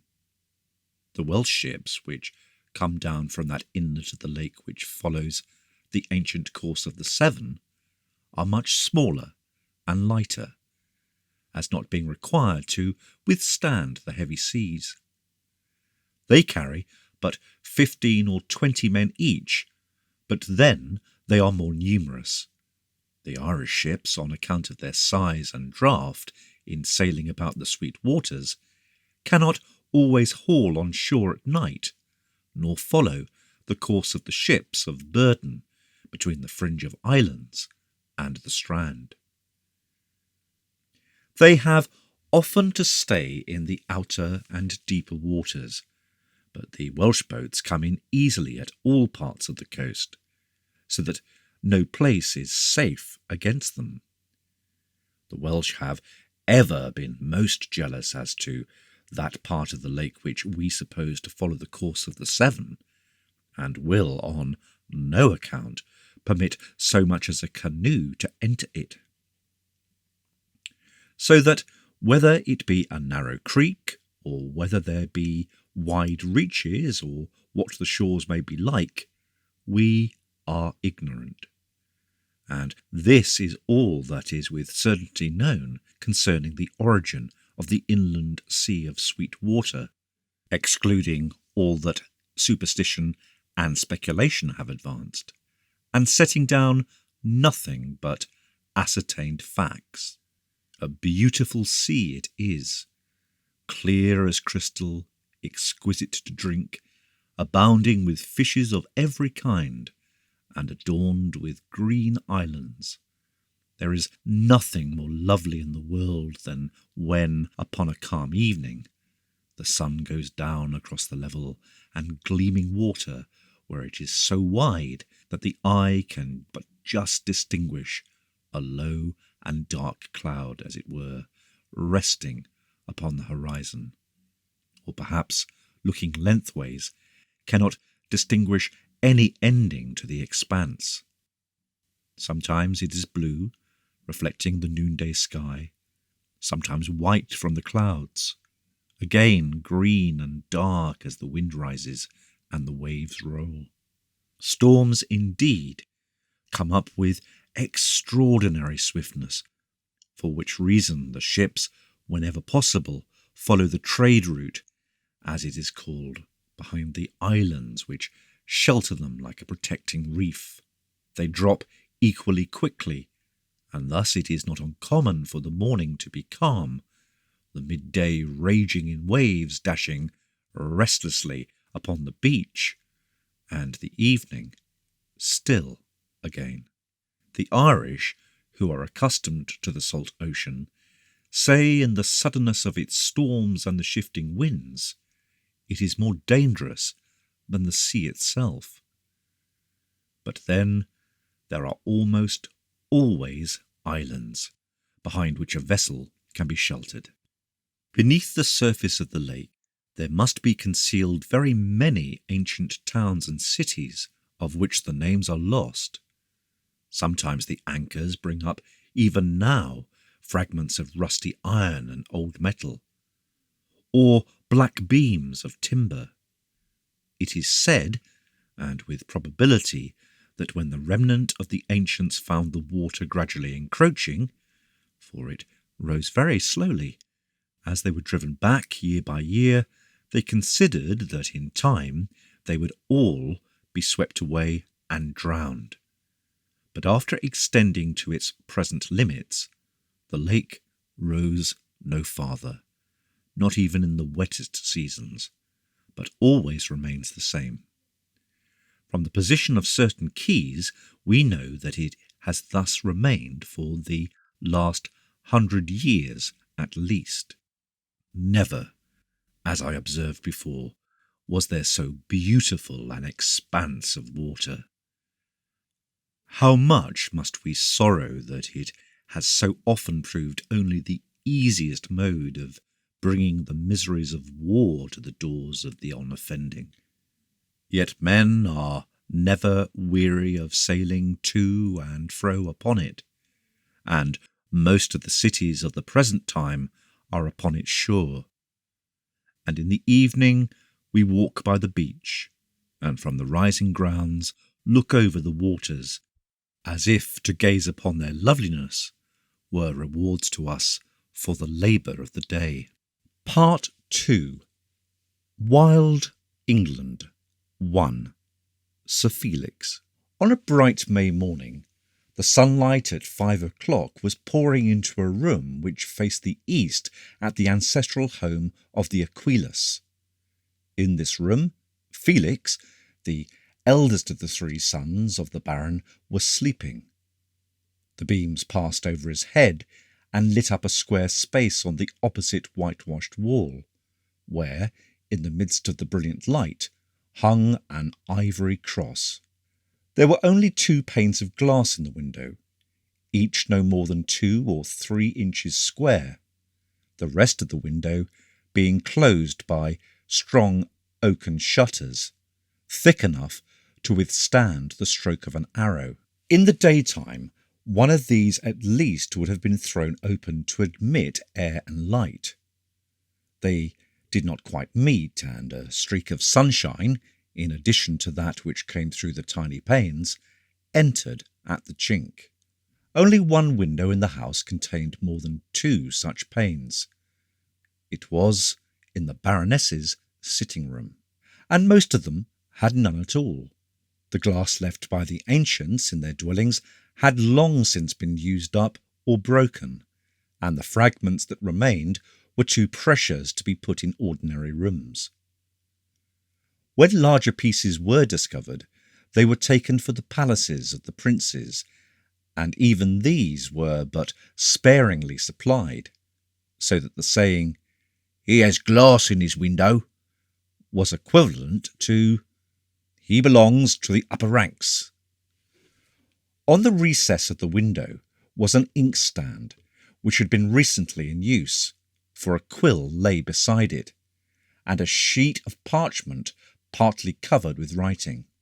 The ink was thick and very dark, made of powdered charcoal, leaving a slightly raised writing which could be perceived by the finger on rubbing it lightly over. Beneath the window, on the bare floor, was an open chest, in which were several similar parchments and books, and from which the sheet on the recess had evidently been taken. This chest, though small, was extremely heavy and strong, being dug out with the chisel and gouge from a solid block of oak. Except a few parallel grooves, there was no attempt at ornamentation upon it. The lid, which had no hinges, but lifted completely off, was tilted against the wall. It was, too, of oak, some inches thick, and fitted upon the chest by a kind of dovetailing at the edges. Instead of a lock, the chest was fastened by a lengthy thong of oxhide, which now lay in a coil on the floor.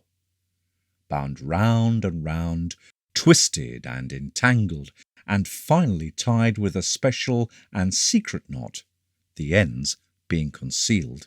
The thong of leather secured the contents of the chest from prying eyes or thievish hands. With axe or knife, of course, the knot might easily have been severed, but no one could obtain access to the room except the retainers of the house. And which of them, even if unfaithful, would dare to employ such means in view of the certain punishment that must follow? It would occupy hours to undo the knot, and then it could not be tied again in exactly the same fashion, so that the real use of the thong was to assure the owner that his treasures had not been interfered with in his absence. Such locks as were made were of the clumsiest construction. They were not so difficult to pick as the thong to untie, and their expense, or rather the difficulty of getting a workman who could manufacture them, confined their use to the heads of great houses. The Baron's chest was locked, and his alone in the dwelling. Besides the parchments which were nearest the top, as most in use, there were 3 books, much worn and decayed, which had been preserved more by accident than by care from the libraries of the ancients. One was an abridged history of Rome, the other a similar account of English history, the third a primer of science or knowledge. all three indeed being books which, among the ancients, were used for teaching children, and which by the men of those days would have been cast aside with contempt. Exposed for years in decaying houses, rain and mildew had spotted and stained their pages. The covers had rotted away these 100 years and were now supplied by a broadsheet of limp leather with wide margins, far overlapping the edges. Many of the pages were quite gone, and others torn by careless handling. The abridgment of Roman history had been scorched by a forest fire, and the charred edges of the leaves had dropped away in semicircular holes. Yet, by pondering over these, Felix had, as it were, reconstructed much of the knowledge which was the common, and therefore unvalued, possession of all when they were printed. The parchments contained his annotations, and the result of his thought. They were also full of extracts from decaying volumes lying totally neglected in the houses of the other nobles. Most of these were of extreme antiquity, for when the ancients departed, the modern books which they had composed being left in the decaying houses at the mercy of the weather, rotted or were destroyed by the frequent grass fires. But those that had been preserved by the ancients in museums escaped for a while, and some of these yet remained in lumber rooms and corners, where they were occasionally dragged forth by the servants for greater convenience in lighting the fires. The young nobles, entirely devoted to the chase, to love, intrigues, and war, overwhelmed Felix Aquila with ridicule when they found him poring over these relics, and being of a proud and susceptible spirit, they so far succeeded that he abandoned the open pursuit of such studies and stole his knowledge by fitful glances when there was no one near. As among the ancients learning was esteemed above all things, so now, by species of contrast, it was, of all things, the most despised. Under the books in a corner of the chest was a leather bag containing 4 golden sovereigns, such as were used by the ancients, and 18 pieces of modern silver money, the debased shillings of the day, not much more than half of which were silver, and the rest alloy. The gold coins had been found while digging holes from the posts of a new stockade, and by the law should have been delivered to the prince's treasury. All the gold discovered, whether in the form of coin or jewellery, was the property of the prince, who was supposed to pay for its value in currency. As the actual value of the currency was only half of its nominal value, and sometimes less, the transaction was greatly in favour of the treasury. Such was the scarcity of gold that the law was strictly enforced, and had there been the least suspicion of the fact, the house would have been ransacked from the cellars to the roof. Imprisonment and fine would have been the inevitable fate of Felix, and the family would very probably have suffered for the fault of one of its members. But, independent and determined to the last degree, Felix ran any risk rather than surrender that which he had found, and which he deemed his own.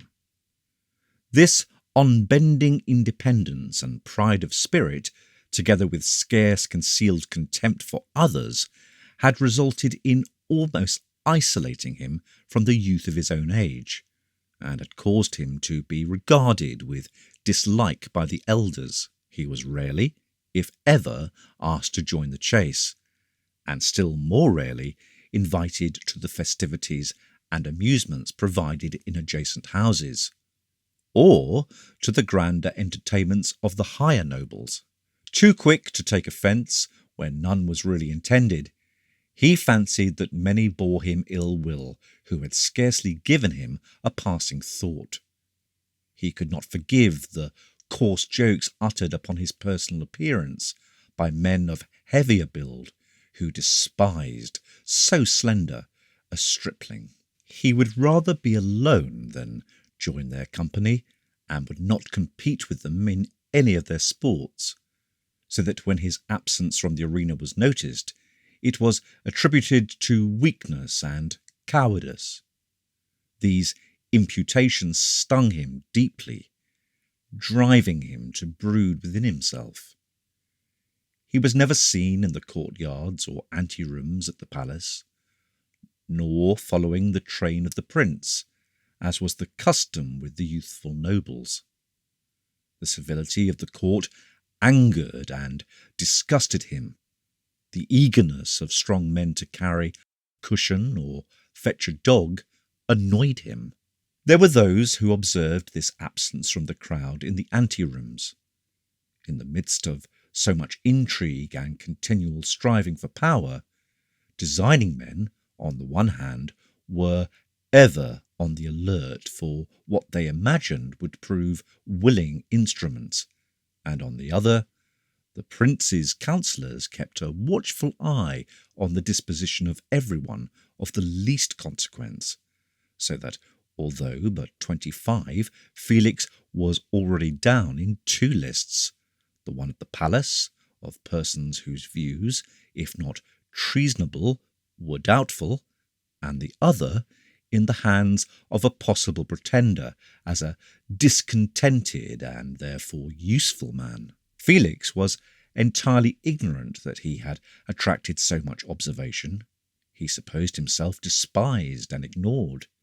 He cherished no treason, but had not the slightest sympathy with any pretender, held totally aloof from intrigue, and his reveries, if there were ambitions, concerned only himself. But the most precious of the treasures in the chest were 8 or 10 small sheets of parchment, each daintily rolled and fastened with a ribbon, letters from Aurora Timer, who had also given him the ivory cross on the wall. It was of ancient workmanship, a relic of the old world, a compass, a few small tools, valuable because preserved for so many years and not now to be obtained for any consideration, and a magnifying glass, a relic also of the ancients, completed the contents of the chest. Upon a low table by the bedstead were a flint and steel and tinder, and an earthenware oil lamp, not intended to be carried about. There too lay his knife with a buckhorn hilt, worn by everyone in the belt, and his forester's axe, a small tool but extremely useful in the woods, without which, indeed, progress was often impossible.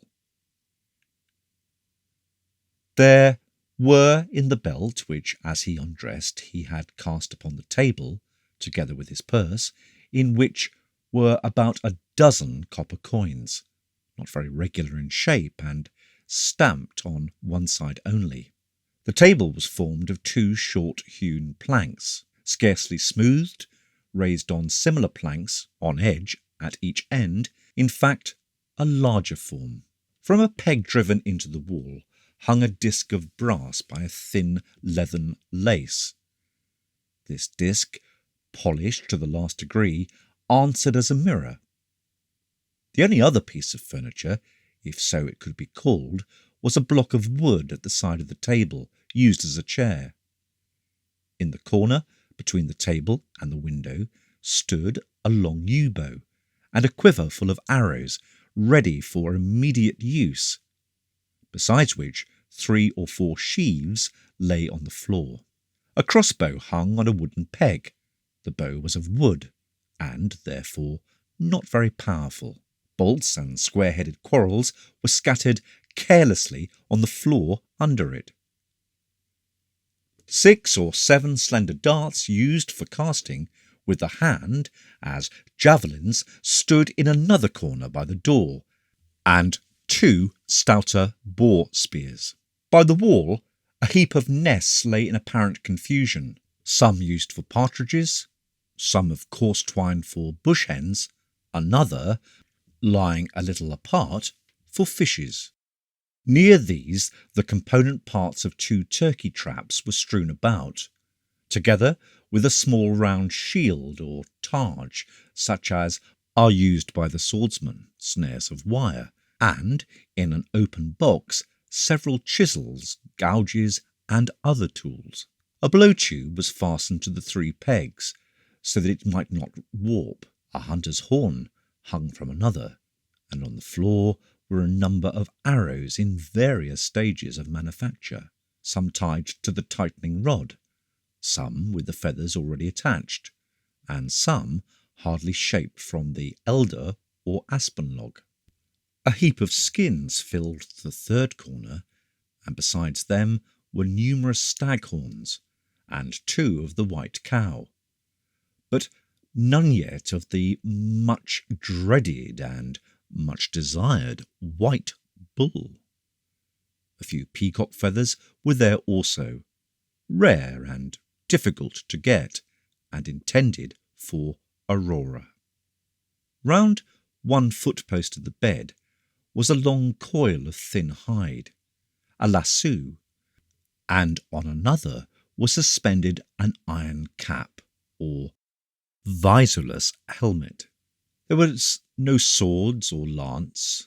Indeed, of all these weapons and implements, none seemed in use, to judge by the dust that had gathered upon them and the rusted edges, except the bow and crossbow and one of the boar spears.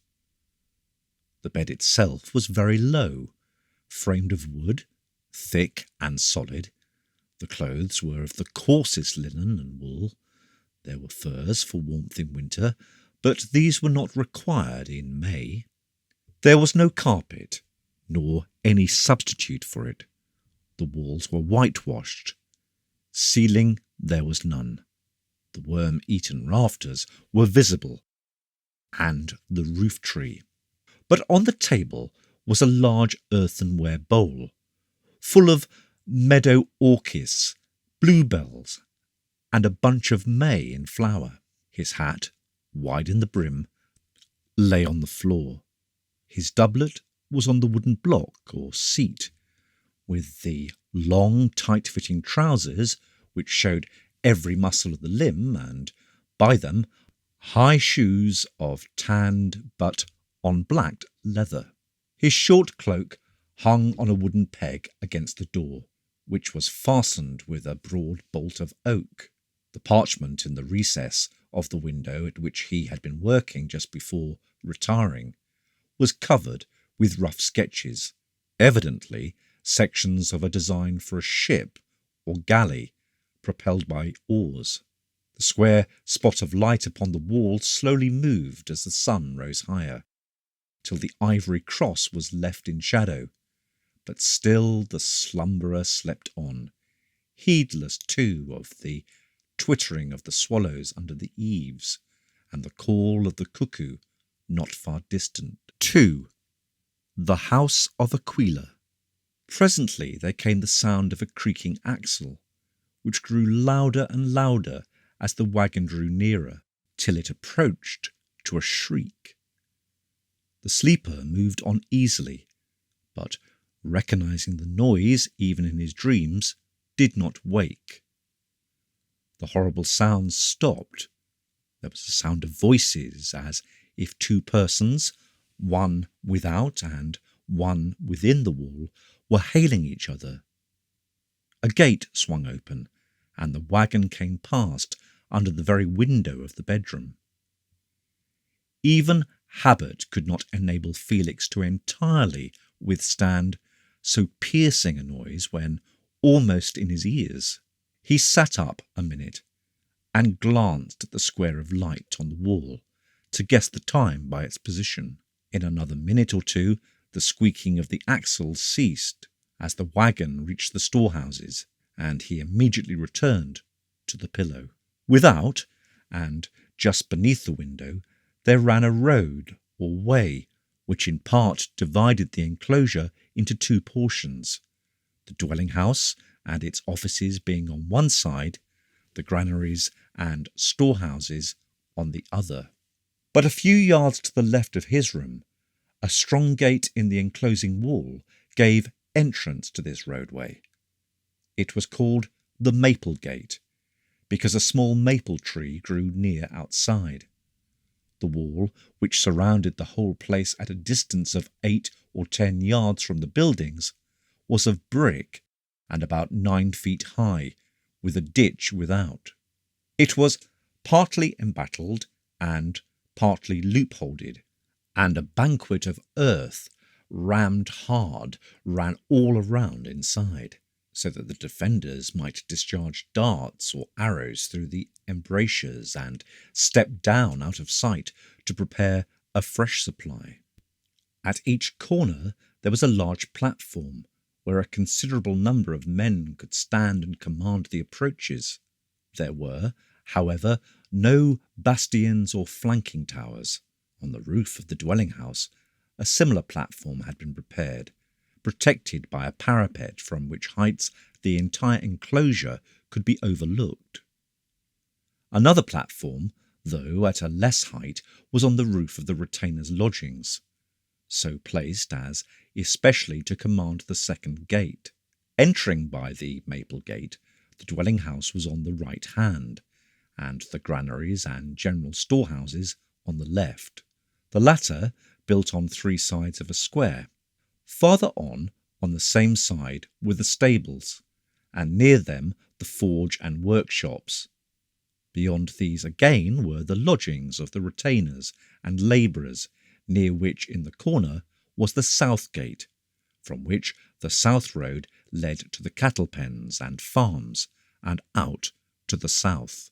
Upon the right hand, after the dwelling house, and connected with it, came the steward's stores, where the iron tools and similar valuable articles of metal were kept. Then, after a covered passageway, the kitchen and general hall under one roof with the house. The house fronted, in the opposite direction, to the roadway. There was a narrow green lawn between it and the escenti, or wall, and before the general hall and kitchens a gravelled court. This was parted from the lawn by palings, so that the housefolk enjoyed privacy, and yet were close to their servitors. The place was called the Old House, for it dated back to the time of the ancients, and the Aquilas were proud of the simple designation of their fortified residence. Felix's window was almost exactly opposite the entrance to the storehouse or granary yard, so that the wagon, after passing it, had to go but a little distance, and then, turning to the left, was drawn up before the doors of the warehouse. This wagon was low, built for carriage of goods only, of hewn plank, scarcely smooth, and the wheels were solid, cut, in fact, from the butts of an elm tree. Unless continually greased, the squeaking of such wheels is terrible, and the carters frequently forgot their grease horns. Much of the work of the farm, such as the carting of hay and corn in harvest time, was done upon sleds. The wagons, there were but few of them, being reserved for longer journeys or the rough roads. This wagon, laden with wood, some of the season's clip, had come in 4 or 5 miles from an outlying cot or sheep pen at the foot of the hills. In the building round the granary yard there were stored not only the corn and flour required for the retainers, who might at any moment become a besieged garrison, but the most valuable products of the estate: the wool, hides, and tanned leather from the tan pits, besides a great quantity of bacon and salt beef, indeed every possible article that could be needed. These buildings were put together with wooden pins on account of the scarcity of iron, and were all, dwelling houses included, roofed with red tile. Lesser houses, cottages and sheds at a distance, were thatched, but in an enclosure tiles were necessary, lest in case of an attack fire should be thrown. Half an hour later, at 6 o'clock, the watchman blew his horn as loudly as possible for some 2 or 3 minutes, the hollow sound echoing through the place. He took the time by the sundial on the wall, it being a summer morning. In winter he was guided by the position of the stars, and often, when sun or stars were obscured, went by guess. The house horn was blown thrice a day, at 6 in the morning as a signal that that day had begun, at noon as a signal for dinner, at 6 in the afternoon as a signal that the day, except in harvest time, was over. The watchman went their round about the enclosure all night long, relieved every 3 hours, armed with spears and attended by mastiffs. By day one sufficed, and his situation was then usually, though not always, on the highest part of the roof. The horn reawoke Felix. It was the note by which he had been accustomed to rise for years. He threw open the oaken shutters, and the sunlight and the fresh breeze of the May morning came freely into the room. There was now the buzz of voices without, men unloading the wool, men at the workshops and in the granaries, and others waiting at the door of the steward's store for the tools which he handed out to them. Iron being so scarce, tools were a temptation, and were carefully locked up each night and given out again in the morning. Felix went to the ivory cross and kissed it in affectionate recollection of Aurora, and then looked towards the open window in the pride and joy of youth, turning to the east, the morning and the light. Before he had half dressed, there came a knock, and then an impatient kick at the door. He unbarred it, and his brother, Oliver, entered. Oliver had been for his swim in the river. He excelled in swimming, as indeed in every manly exercise, being as active and energetic as Felix was outwardly languid. His room was only across the landing, his door just opposite. It also was strewn with implements and weapons, but there was a far greater number of tools. He was an expert and artistic workman, and his table and his seat, unlike the rude blocks in Felix's room, were tastefully carved. His seat, too, had a back, and he had even a couch of his own construction. By his bedhead hung his sword, his most valued and most valuable possession. It was one which had escaped the dispersion of the ancients.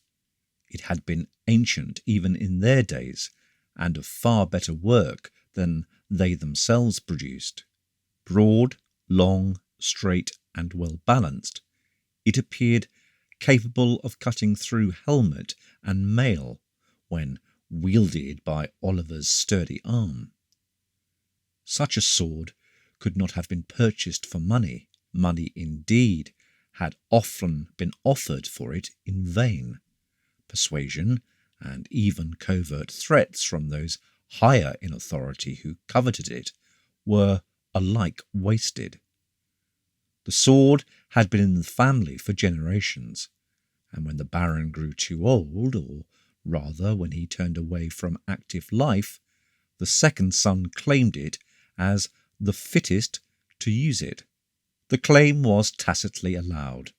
At all events, he had it, and meant to keep it.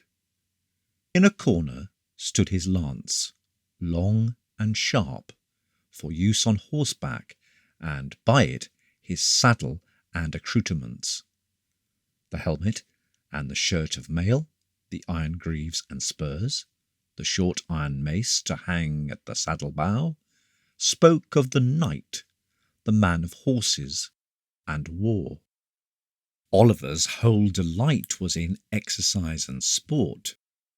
The boldest rider, the best swimmer, the best at leaping, at hurling the dart or the heavy hammer, ever ready for tilt or tournament.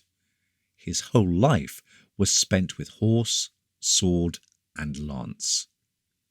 A year younger than Felix, he was at least 10 years physically older. He measured several inches more round to the chest.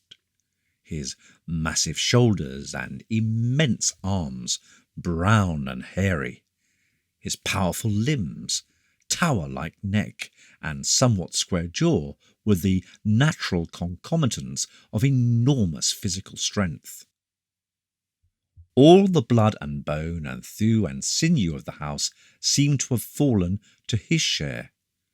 All the fiery, restless spirit and defiant temper, all the utter recklessness and warrior's instinct. He stood every inch a man, with dark, curling, short hair, brown cheek, and Roman chin, trimmed moustache, brown eye, shaded by long eyelashes and well-marked brows, every inch a natural king of men. That very physical preponderance and animal beauty was perhaps his bane, for his comrades were so many and his love adventures so innumerable that they left him no time for serious ambition. Between the brothers there was the strangest mix of affection and repulsion. The elder smiled at the excitement and energy of the younger. The younger openly despised the studious habits and solitary life of the elder. In time of real trouble and difficulty, they would have been drawn together. As it was, there was little communion. The one went his way, and the other his. There was perhaps rather an inclination to detract from each other's achievements than to praise them. A species of jealousy or envy, without personal dislike, if that can be understood. They were good friends and yet kept apart. Oliver made friends of all and thwacked and banged his enemies into respectful silence. Felix made friends of none and was equally despised by nominal friends and actual enemies. Oliver was open and jovial, Felix reserved and contemptuous, or sarcastic in manner. His slender frame, too tall for his width, was against him. He could neither lift the weights nor undergo the muscular strain readily borne by Oliver. It was easy to see that Felix, although nominally the eldest, had not yet reached his full development. A light complexion, fair hair and eyes were also against him. Where Oliver made conquests, Felix was unregarded. He laughed, but perhaps his secret pride was hurt. There was but one thing Felix could do in the way of exercise and sport. He could shoot with the bow in a manner till then entirely unapproached. His arrows fell unerringly in the centre of the target. The swift deer and the hare were struck down with ease, and even the wood-pigeon in full flight. Nothing was safe from those terrible arrows. For this, and this only, his fame had gone forth, and even this was made a source of bitterness to him. The nobles thought no arms worthy of men of descent but the sword and lance. Missile weapons as the dart and arrow were the arms of retainers. His degradation was completed when, at a tournament where he had mingled with the crowd, the prince sent for him to shoot at the butt and display his skill among the soldiery instead of with the knights in the tilting ring. Felix shot, indeed, but shut his eyes that his arrow might go wide, and was jeered at as a failure even in the ignoble competition. Only by an iron self-control did he refrain that day from planting one of the despised shafts in the prince's eye. But when Oliver joked him about his failure, Felix asked him to hang up his breastplate at 200 yards. He did so, and in an instant a shaft was sent through it. After that, Oliver held his peace, and in his heart began to think that the bow was a dangerous weapon. "So you are late again this morning," said Oliver, leaning against the recess of the window and placing his arms on it. The sunshine fell on his dark hair, still wet from the river. "Studying last night, I suppose?" Turning over the parchment. "Why didn't you ride into town with me?" "The water must have been cold this morning," said Felix, ignoring the question. "Yes, there was a slight frost or something like it very early and a mist on the surface, but it was splendid in the pool. Why didn't you get up and come? You used to." "I can swim," said Felix laconically, implying that, having learnt the art, it no more tempted him. "You were late last night. I heard you put night in." "We came home in style. It was rather dusky, but night galloped the green miles." "Mind she doesn't put her hoof in a rabbit's hole some night." "Not that. She can see like a cat. I believe we got over the 12 miles in less than an hour. Sharp work, considering the hills. You don't inquire for the news?" "What's the news to me?" "Well, there was a quarrel at the palace yesterday afternoon. The prince told Louis he was a double-faced traitor, and Louis told the prince he was a suspicious fool. It nearly came to blows, and Louis is banished." "For the 50th time?" "This time it is more serious." "Don't believe it. He will be sent for again this morning. Cannot you see why?" "No." "If the prince is really suspicious, he will never send his brother into the country where he might be resorted to by discontented people. He will keep him close at hand." "Oh, I wish the quarrelling would cease. It spoils half the fun. One's obliged to creep about the court and speak in whispers, and you can't tell whom you are talking to. They may turn on you if you say too much. There is no dancing either. I hate this moody state. I wish they would either dance or fight." "Fight who?" "Anybody. There's some more news, but you don't care." "No, I do not." "Why don't you go and live in the woods all by yourself?" said Oliver in some heat. Felix laughed. "Tell me your news. I'm listening." "The Irish landed at Blacklands the day before yesterday and burnt Robert's place. They tried Letburn, but the people there had been warned and were ready, and there's an envoy from Sipylus arrived. Some think the assembly has broken up. They were all at daggers drawn. So much for the Holy League." "So much for the Holy League," repeated Felix. "What are you going to do today?" asked Oliver after a while. "I'm going down to my canoe," said Felix. "I will go with you. The trout are rising. Have you got any hooks?" "There are some in the box there, I think. Take the tools out." Oliver searched among the tools in the open box, all rusty and covered with dust, while Felix finished dressing, put away his parchment, and knotted the thong round his chest. He found some books at the bottom, and after breakfast they walked out together, Oliver carrying his rod and a boar spear, and Felix a boar spear also, in addition to a small flag basket with some chisels and gouges. 3.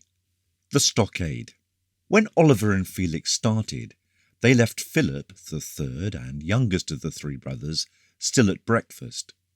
They turned to the left on getting out of the doors, and again to the left through the covered passage between the steward's store and the kitchen. Then, crossing the wagon yard, They paused a moment to glance in at the forge, where two men were repairing part of a plough. Oliver must also look for a moment at his mare, after which they directed their steps to the south gate.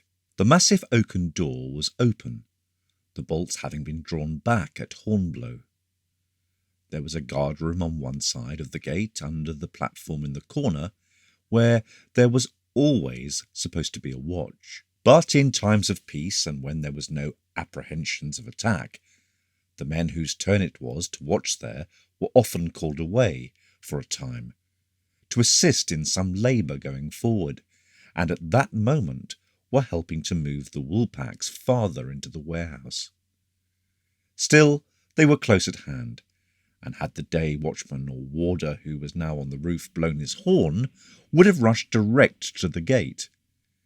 Felix did not like this relaxation of discipline. His precise ideas were upset at the absence of the guard.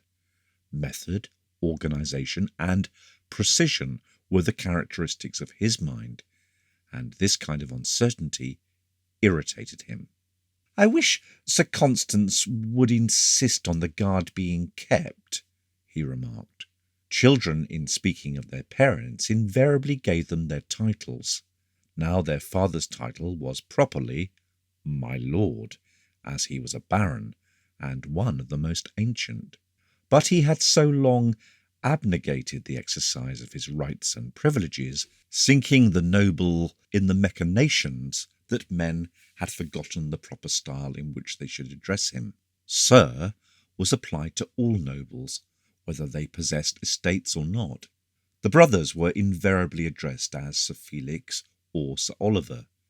It marked, therefore, the low estimation in which the baron was held when even his own sons spoke of him by that title. Oliver, though a military man by profession, laughed at Felix's strict view of the guard's duties.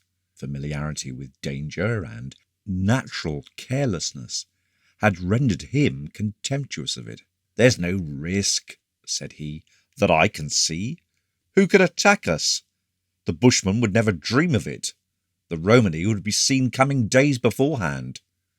We are too far from the lake for the pirates, and as we are not great people as we might have been, we need dread no private enmity. Besides which, any assaults must pass the stockades first." "Quite true. Still, I don't like it. It is a loose way of doing things." Outside the gate they followed the wagon track, or south road, for about half a mile. It crossed meadows parted by low hedges, and they remarked as they went on the shortness of the grass, which for want of rain was not merely fit for mowing. Last year there had been a bad wheat crop. This year there was at present scarcely any grass. These matters were of the highest importance. Peace or war, famine or plenty, might depend upon the weather of the next few months. The meadows, besides being divided by the hedges, kept purposely cropped low, were surrounded, like all the cultivated lands, by high and strong stockades. Half a mile down the south road they left the track, and following a footpath some few hundred yards, came to the pool where Oliver had bathed that morning. The river, which ran through the enclosed grounds, was very shallow, for they were near its source in the hills, but just there it widened and filled a depression 50 or 60 yards across, which was deep enough for swimming. Beyond the pool the stream curved and left the enclosure. The stockade, or at least an open work of poles, was continued across it. This work permitted the stream to flow freely, but was sufficiently close to exclude anyone who might attempt to enter by creeping up the bed of the river. They crossed the river just above the pool by some stepping stones. Large blocks rolled in for the purpose and approached the stockade. It was formed of small but entire trees, young elms, firs, or very thick ash poles, driven in a double row into the earth. The first or inner row side by side, the outer row filling the interstices, and the whole bound together at the bottom by split willow, woven in and out. This interweaving extended only about 3 feet up, and was extended first to bind the structure together, and secondly to exclude small animals which might creep in between the stakes. The reason it was not carried all up was that it should not afford a footing to human thieves, desirous of climbing over. The smooth poles by themselves afforded no notch or foothold for a bushman's naked foot. They rose 9 or 10 feet above the willow, so that the total height of the palisade was about 12 feet, and the tops of the stakes were sharpened. The construction of such palisades required great labour, and could be carried out only by those who could command the services of numbers of men, so that a small proprietor was impossible unless within the walls of a town. This particular stockade was by no means an extensive one in comparison with the estates of more prominent nobles. The enclosure immediately surrounding the old house was of an irregular oval shape, perhaps a mile long, and not quite 3/4 of a mile wide, the house being situate towards the northern and higher end of the oval. The river crossed it, entering on the west and leaving on the eastern side. The enclosure was for the greater part meadow and pasture, for here the cattle were kept which supplied the house with milk, cheese, and butter, while others, intended for slaughter, were driven in here for the last month of fattening. The horses, in actual use for riding, or for the waggons, were also turned out here temporarily. There were 2 pens and rickards within it, one besides the river, one farther down. The south road ran almost down the centre, passing both rickards and leaving the stockade at the southern end by a gate, called the barrier. At the northern extremity of the oval, the palisade passed within 300 yards of the house, and there was another barrier to which the road led from the maple gate, which has been mentioned. From thence it went across the hills to the town of Ponce. Thus anyone approaching the old house had first to pass the barrier and get inside the palisade. At each barrier there was a cottage and a guard-room, though as a matter of fact the watch was kept in peaceful times even more carelessly than at the inner gates of the wall about the house itself. Much the same plan, with local variations, was pursued on the other estates of the province, though the stockade at the old house was remarkable for the care and skill with which it had been constructed. Part of the duty of the watchman on the roof was to keep an eye on the barriers, which he could see from his elevated position. In case of an incursion of gypsies or any danger, the guard at the barrier was supposed to at once close the gate, blow a horn, and exhibit a flag. Upon hearing the horn or observing the flag, the warder on the roof raised the alarm, and assistance was sent. Such was the system, but as no attack had taken place for some years, the discipline had grown lax. After crossing on the stepping stones, Oliver and Felix were soon under the stockade, which ran high above them and was apparently as difficult to get out of as to get into. By the strict laws of the estate, any person who left the stockade except by the public barrier rendered himself liable to the lash or imprisonment. Any person, even a retainer, endeavouring to enter from without by pole, ladder, or rope, might be killed with an arrow or dart, putting himself into the position of an outlaw. In practice, of course, this law was frequently evaded. It did not apply to the family of the owner. Under some bushes by the palisade was a ladder of rope, the rungs, however, of wood. Putting his fishing tackle and boar spear down, Oliver took the ladder and threw the end over the stockade. He then picked up a pole with a fork at the end from the bushes, left there, of course, for the purpose, and, with the fork, pushed the rungs over till the ladder was adjusted, half within and half without the palisade. It hung by the wooden rungs, which caught the tops of the stakes. He then went up, and, when at the top, leant over and drew up the outer part of the ladder one rung, which he put to the inner side of the palisade, so that, on transferring his weight to the other side, it might uphold him. Otherwise the ladder, when he got over the points of stakes, must have slipped the distance between one rung and a second. Having adjusted this, he got over, and Felix, carrying up the spears and tackle, handed them to him. Felix followed, and thus in 3 minutes they were on the outer side of the stockade. Originally, the ground for 20 yards, all round outside the stockade, had been cleared of trees and bushes, that they might not harbour vermin, or thorn hogs, or facilitate the approach of human enemies. Part of the weekly work of the bailiffs was to walk round the entire circumference of the stockade, to see that it was in order, and to have any bushes removed that began to grow up. As with other matters, however, in the lapse of time the bailiffs became remiss, and under the easy and perhaps too merciful rule of St. Constans were not recalled to their duties with sufficient sharpness. Brambles and thorns and other underwood had begun to cover the space that should have been open, and young sapling oaks had risen from dropped acorns. Felix pointed this out to Oliver, who seldom accompanied him. He was indeed rather glad of the opportunity to do so, as Oliver had more interest with Sir Constans than himself. Oliver admitted it showed great negligence, but added that, after all, it really did not matter.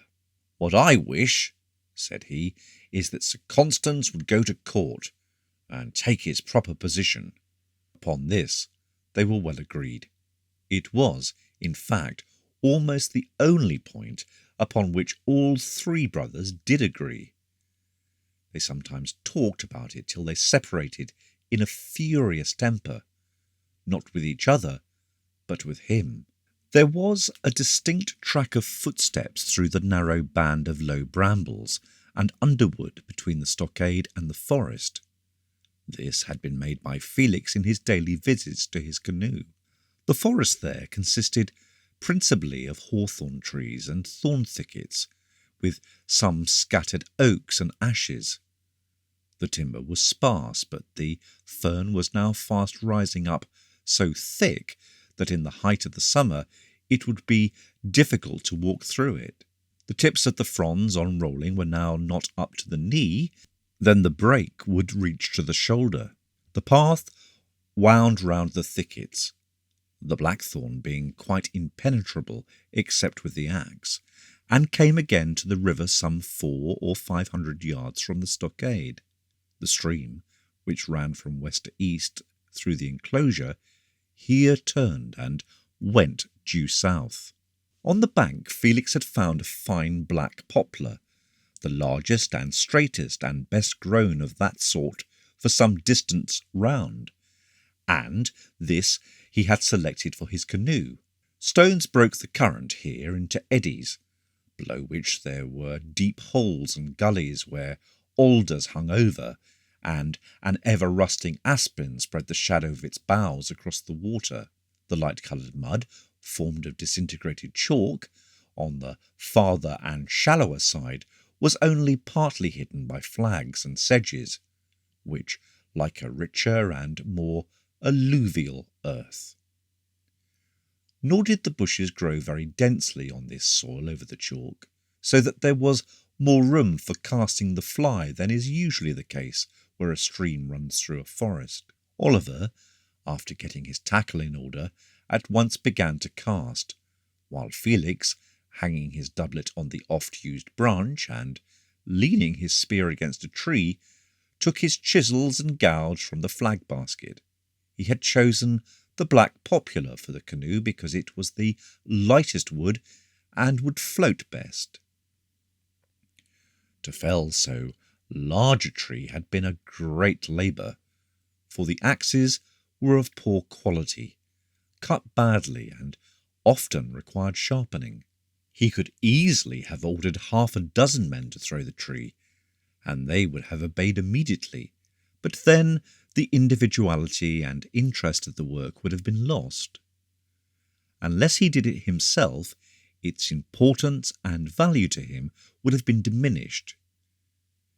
It had now been down some weeks, had been hewn into outward shape, and the larger part of the interior slowly dug away with chisel and gouge.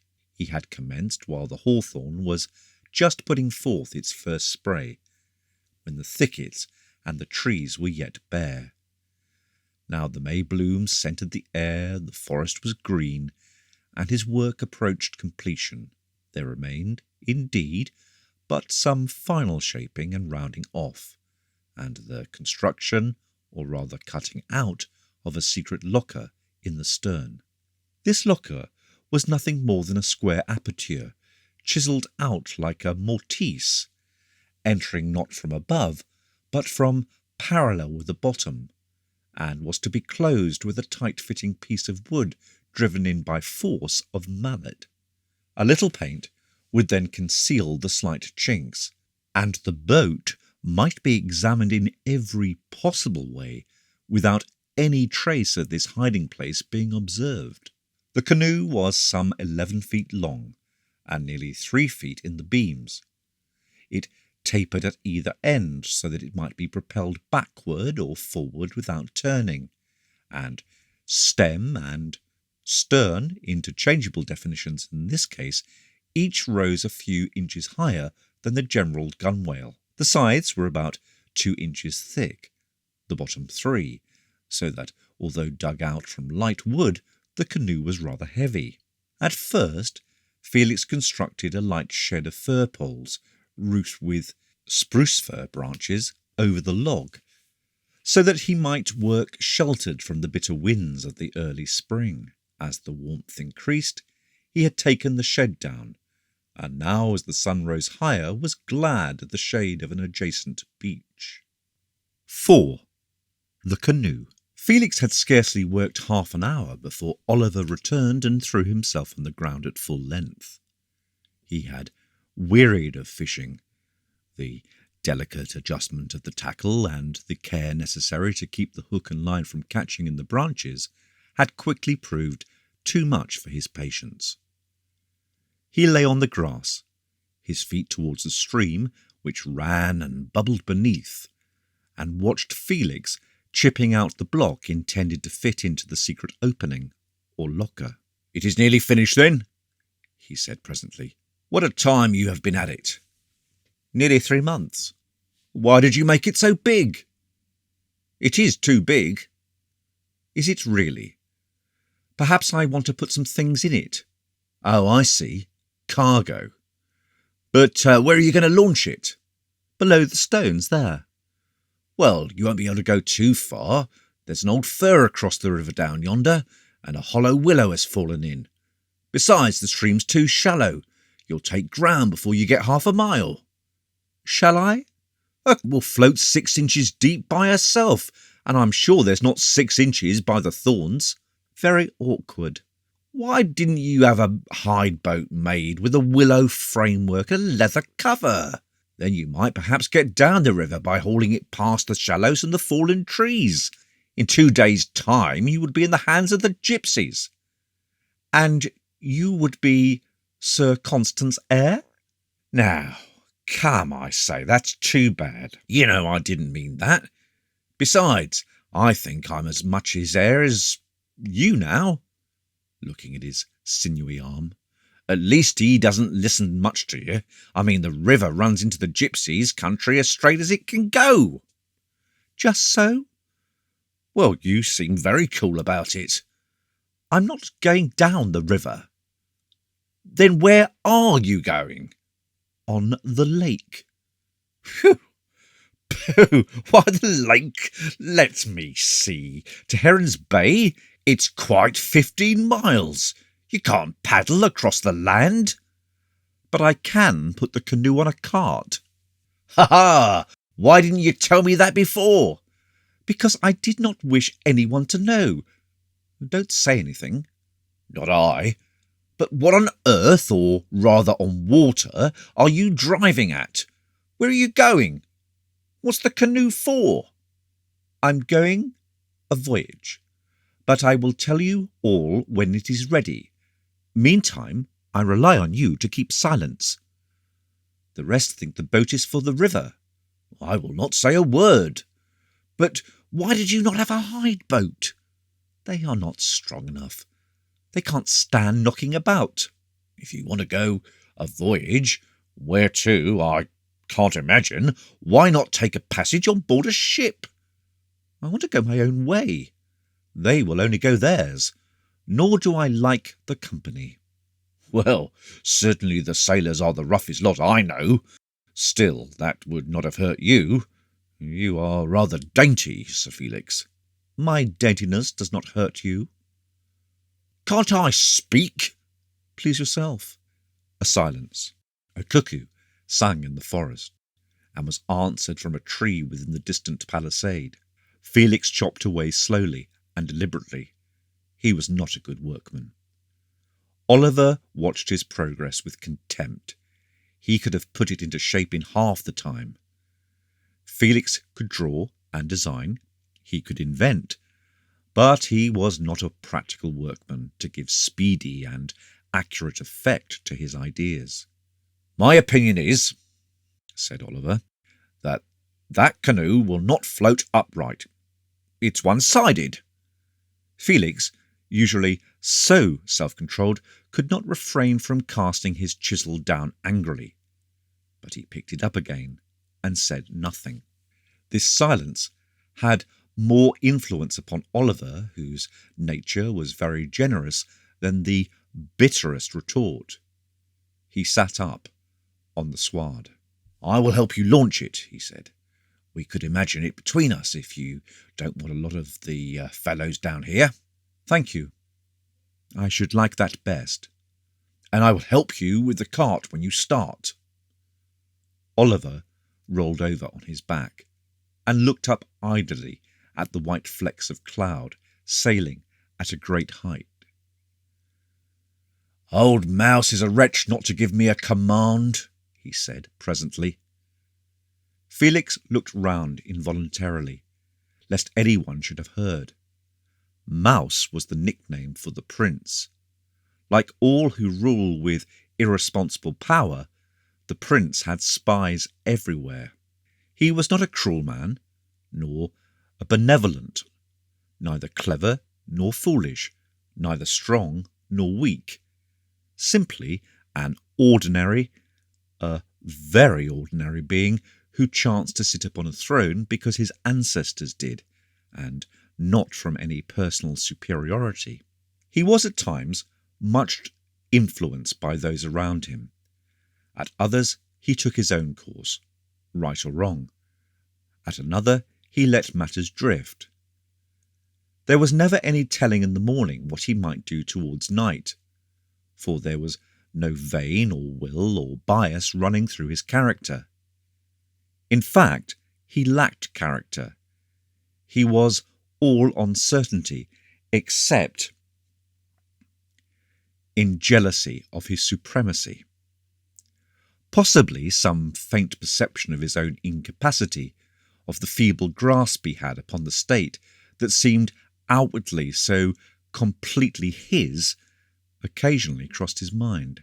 Hence the furious scenes with his brother, hence the sudden imprisonments and equally sudden pardons, the spies and eavesdroppers, the sequestration of estates for no apparent cause. And, following these erratic severities to the suspected nobles, proclamations giving privileges to the people and removing taxes. But in a few days these were imposed again, and men who dared to murmur were beaten by the soldiers or cast into the dungeons. Yet Prince Louis, the family were all the same name, was not an ill-meaning man.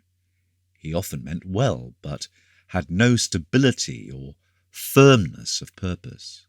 This was why Felix dreaded lest some chance listener should hear Oliver abuse him. Oliver had been in the army for some time. His excellence in all arms, and especially with lance and sword, his acknowledged courage, and his noble birth, entitled him to a command, however lowly it might be. But he was still in the ranks, and not the slightest recognition had ever been taken of his feats, except indeed, if whispers were true, by some sweet miles from a certain lady of the palace, who admired knightly prowess. Oliver chafed under this neglect. "I would not say that kind of thing," remarked Felix. "Certainly it is annoying." "Annoying? That is a mild expression. Of course everyone knows the reason. If we had any money or influence, it would be very different. But Sir Constans had neither gold nor power, and he might have had both." "There was a clerk from the notary at the house yesterday evening," said Felix. "About the debts, no doubt. Some day the cunning old scoundrel, when he can squeeze no more interest out of us, will find a legal quibble and take the lot. Or put us in the Blue Chamber the first time the Prince goes to war and wants money. The Blue Chamber will say, 'Where can we get it? Who's weakest? Why, Sir Constans.' Then away with him." "Yes, that will be it. Yet I wish a war would happen. There would be some chance for me. I would go with you in your canoe. But you are going, you don't know where." "What's your object?" "Nothing. You don't know yourself." "Indeed?" "No, you don't. You're a dreamer." "I'm afraid it is true." "I hate dreams." After a pause, in a lower voice, "Have you any money?" Felix took out his purse and showed him the copper pieces. "The eldest son of Constance Aquila with 10 copper pieces," growled Oliver, rising, but taking them all the same. "Lend them to me. I'll try them on the board tonight." "Fancy me putting down copper! It's intolerable," working himself into a rage. "I'll turn bandit and rob on the roads. I'll go to King Yo and fight the Welsh confusion." He rushed into the forest, leaving his spear on the sward. Felix quietly chipped away at the block he was shaping, but his temper, too, was inwardly rising. The same talk, varied in detail, but the same in point, took place every time the brothers were together, and always with the same result of anger. In earliest days, Sir Constans had been as forward in all warlike exercises as Oliver was now, and being possessed of extraordinary physical strength, took a leading part among men. Wielding his battle-axe with irresistible force, he distinguished himself in several battles and sieges. He had a singular talent for mechanical construction. The wheel by which water was drawn from the well at the place was designed by him. But this very ingenuity was the beginning of his difficulties. During a long siege, he invented a machine for casting large stones against the walls, or rather put it together from the fragmentary descriptions he had seen in authors whose work had almost perished before the dispersion of the ancients, for he, too, had been studious in youth. The old prince was highly pleased with this engine, which promised him speedy conquest over his enemies and the destruction of their strongholds. But the nobles, who had the hereditary command of the siege artillery, which consisted mainly of battering rams, could not endure to see their prestige vanishing. They caballed traduced the baron, and he fell into disgrace. This disgrace, as he was assured by secret messages from the prince, was but policy. He would be recalled so soon as the prince felt himself able to withstand the pressure of the nobles. But it happened that the old prince died at that juncture, and the present prince succeeded. The enemies of the baron, having access to the prince, obtained his confidence. The baron was arrested and immersed in a heavy fire, payment of which laid the foundation of those debts which had since been constantly increasing. He was then released, but was not for some 2 years permitted to approach the court. Meantime, men of not half his descent, but with an unblushing brow and unctuous tongue, had become the favourites at the palace of the prince, who, as said before, was not bad, but the mere puppet of circumstances. Into competition with these vulgar flatterers, Aquila could not enter.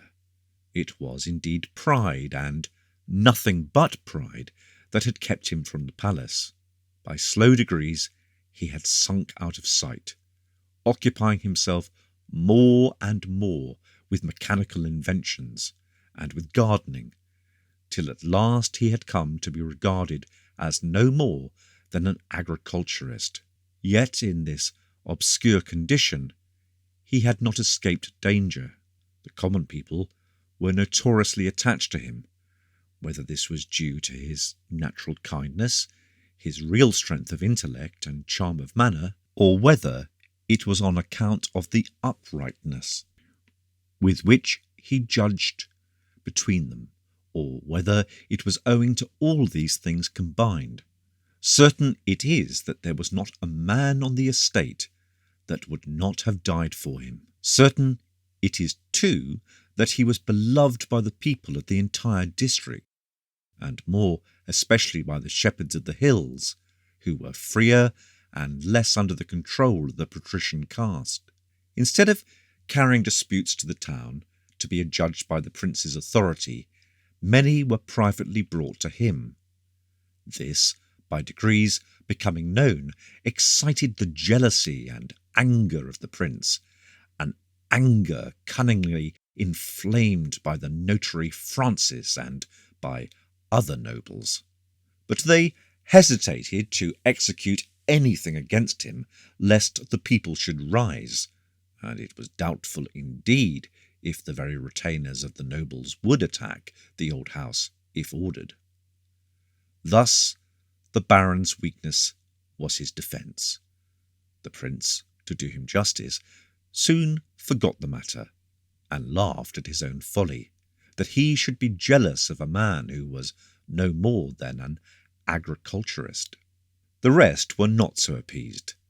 They desired the baron's destruction, if only from hatred of his popularity, and they lost no opportunity of casting discredit upon him, or of the endeavouring to alienate the affections of the people by representing him as a magician, a thing clearly proved by his machines and engines, which must have been designed by some supernatural assistance.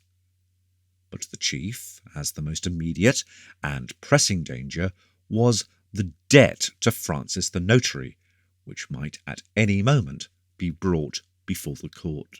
Thus it was that the 3 sons found themselves without money or position, with nothing but a bare patent of nobility. The third and youngest alone had made any progress, if such it could be called. By dint of his own persistent efforts, and by enduring insults and rebuffs with indifference, he had at last obtained an appointment in that section of the treasury which received the dues upon merchandise and regulated the imposts. He was but a messenger at every man's call. His pay was not sufficient to obtain his food. Still, it was an advance, and he was in a government office. He could but just exist in the town, sleeping in a garret where he stored the provisions he took in with him every Monday morning from Old House. He came home on the Saturday and returned to his work on the Monday. Even his patience was almost worn out.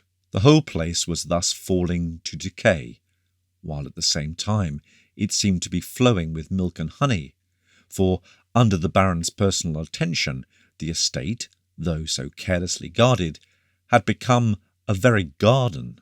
The cattle had increased and were of the best kind. The horses were celebrated and sought for. The sheep valued, the crops the wonder of the province. Yet there was no money. The product went to the notary. This extraordinary fertility was the cause of the covetous longing of the court favourites to divide the spoil. 5. Baron Aquila. Felix's own position was bitter in the extreme. He felt he had talent, he loved deeply, he knew that he was in turn as deeply beloved, but he was utterly powerless. On the confines of the estate, indeed, the men would gladly do his bidding. Beyond, and on his own account, he was helpless. Manual labour, to plough, to sow, to work on shipboard, could produce nothing at a time when almost all work was done by bondsmen or family retainers. The life of a hunter in the woods was free, but produced nothing. The furs he sold simply maintained him. It was barter for existence, not profit. The shepherds on the hills roamed in comparative freedom, but they had no wealth except of sheep. He could not start as merchant without money. He could not enclose an estate and build a house or castle fit for the nuptials of a noble daughter without money, or that personal influence which answers the same purpose. He could not even hope to succeed to the hereditary estate, so deeply was it encumbered. They might, indeed, at any time be turned forth. Slowly the iron entered into his soul. This hopelessness, helplessness, embittered every moment. His love, increasing with the passage of time, rendered his position hateful in the extreme. The feeling within that he had talent which only required opportunity stung him like a scorpion. The days went by, and everything remained the same. Continually brooding and bitterness of spirit went near to drive him mad. At last the resolution was taken. He would go forth into the world. That involved separation from Aurora, long separation, and without any communication, since letters could be sent only by special messenger. And how should he pay a messenger? It was this terrible thought of separation which had so long kept him inactive. In the end, the bitterness of hopelessness forced him to face it. He began the canoe, but kept his purpose secret, especially from her, lest tears should melt his resolution. There were but two ways of travelling open to him, on foot as the hunters did, or by the merchant vessels. The latter, of course, required payment, and their ways were notoriously coarse. If on foot he could not cross the lake, nor visit the countries on either shore, nor the islands, therefore he cut down the poplar and commenced the canoe. Whether he should go, and what he should do, were entirely at the mercy of circumstances. He had no plan, no route. He had a dim idea of offering his services to some distant king or prince, of unfolding to him the inventions he had made. He tried to conceal from himself that he would probably be repulsed and laughed at. Without money, without a retinue, how could he expect to be received or listened to? Still, he must go. He could not help himself. Go he must. As he chopped and chipped through the long weeks of early spring, while the easterly winds bent the trees above him till the buds unfolded and the leaves expanded, while his hands were thus employed, the whole map, as it were, of the known countries seemed to pass without volition before his mind. He saw the cities along the shores of the great lake. He saw their internal condition, the weaknesses of the league, the only thread which bound the world together, the threatening aspects of the Cymry and the Irish, the dread north, the vast northern forests, from which at any time invading hosts might descend on the fertile south. It all went before his eyes. What was there behind the immense and untraversed belt of forest which extended to the south, to the east and west? Where did the great lake end? Were the stories of the gold and silver mines of Devon and Cornwall true? And where were the iron mines from which the ancients drew their stores of metal? Led by these thoughts, he twice or thrice left his labour, and walking some 20 miles through the forest and over the hills, reached the summit of the White Horse. From thence, resting on the sward, he watched the vessels making slow progress by oars, and some drawn with ropes by gangs of men or horses on the shore, through the narrow straits. North and south there nearly met. There was but a furlong of water between them. If ever the north came down there, the armies would cross. There was the key of the world. Excepting the few cottages where the owners of the horses lived, there was neither castle nor town within 20 miles. Forced on by these thoughts, he broke the long silence which had existed between him and his father. He spoke of the value and importance of this spot. Could not the Baron send forth his retainers and enclose a new estate there? There was nothing to prevent him. The forest was free to all, provided that they rendered due service to the prince.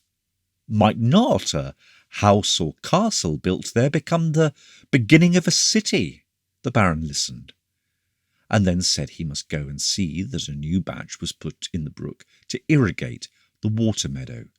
That was all. Felix next wrote an anonymous letter to the prince, pointing out the value of the place. The prince should seize it and add to his power. He knew that the letter was delivered, but there was no sign. It had indeed been read and laughed at. Why make further efforts when they already had what they desired? One only, the deep and designing Valentine, gave it serious thought in secret. It seemed to him that something might come of it. Another day, when he was himself in power, if that should happen. But he, too, forgot it in a week. Some secret effort was made to discover the writer, for the council was very jealous of political opinion, but it soon ended.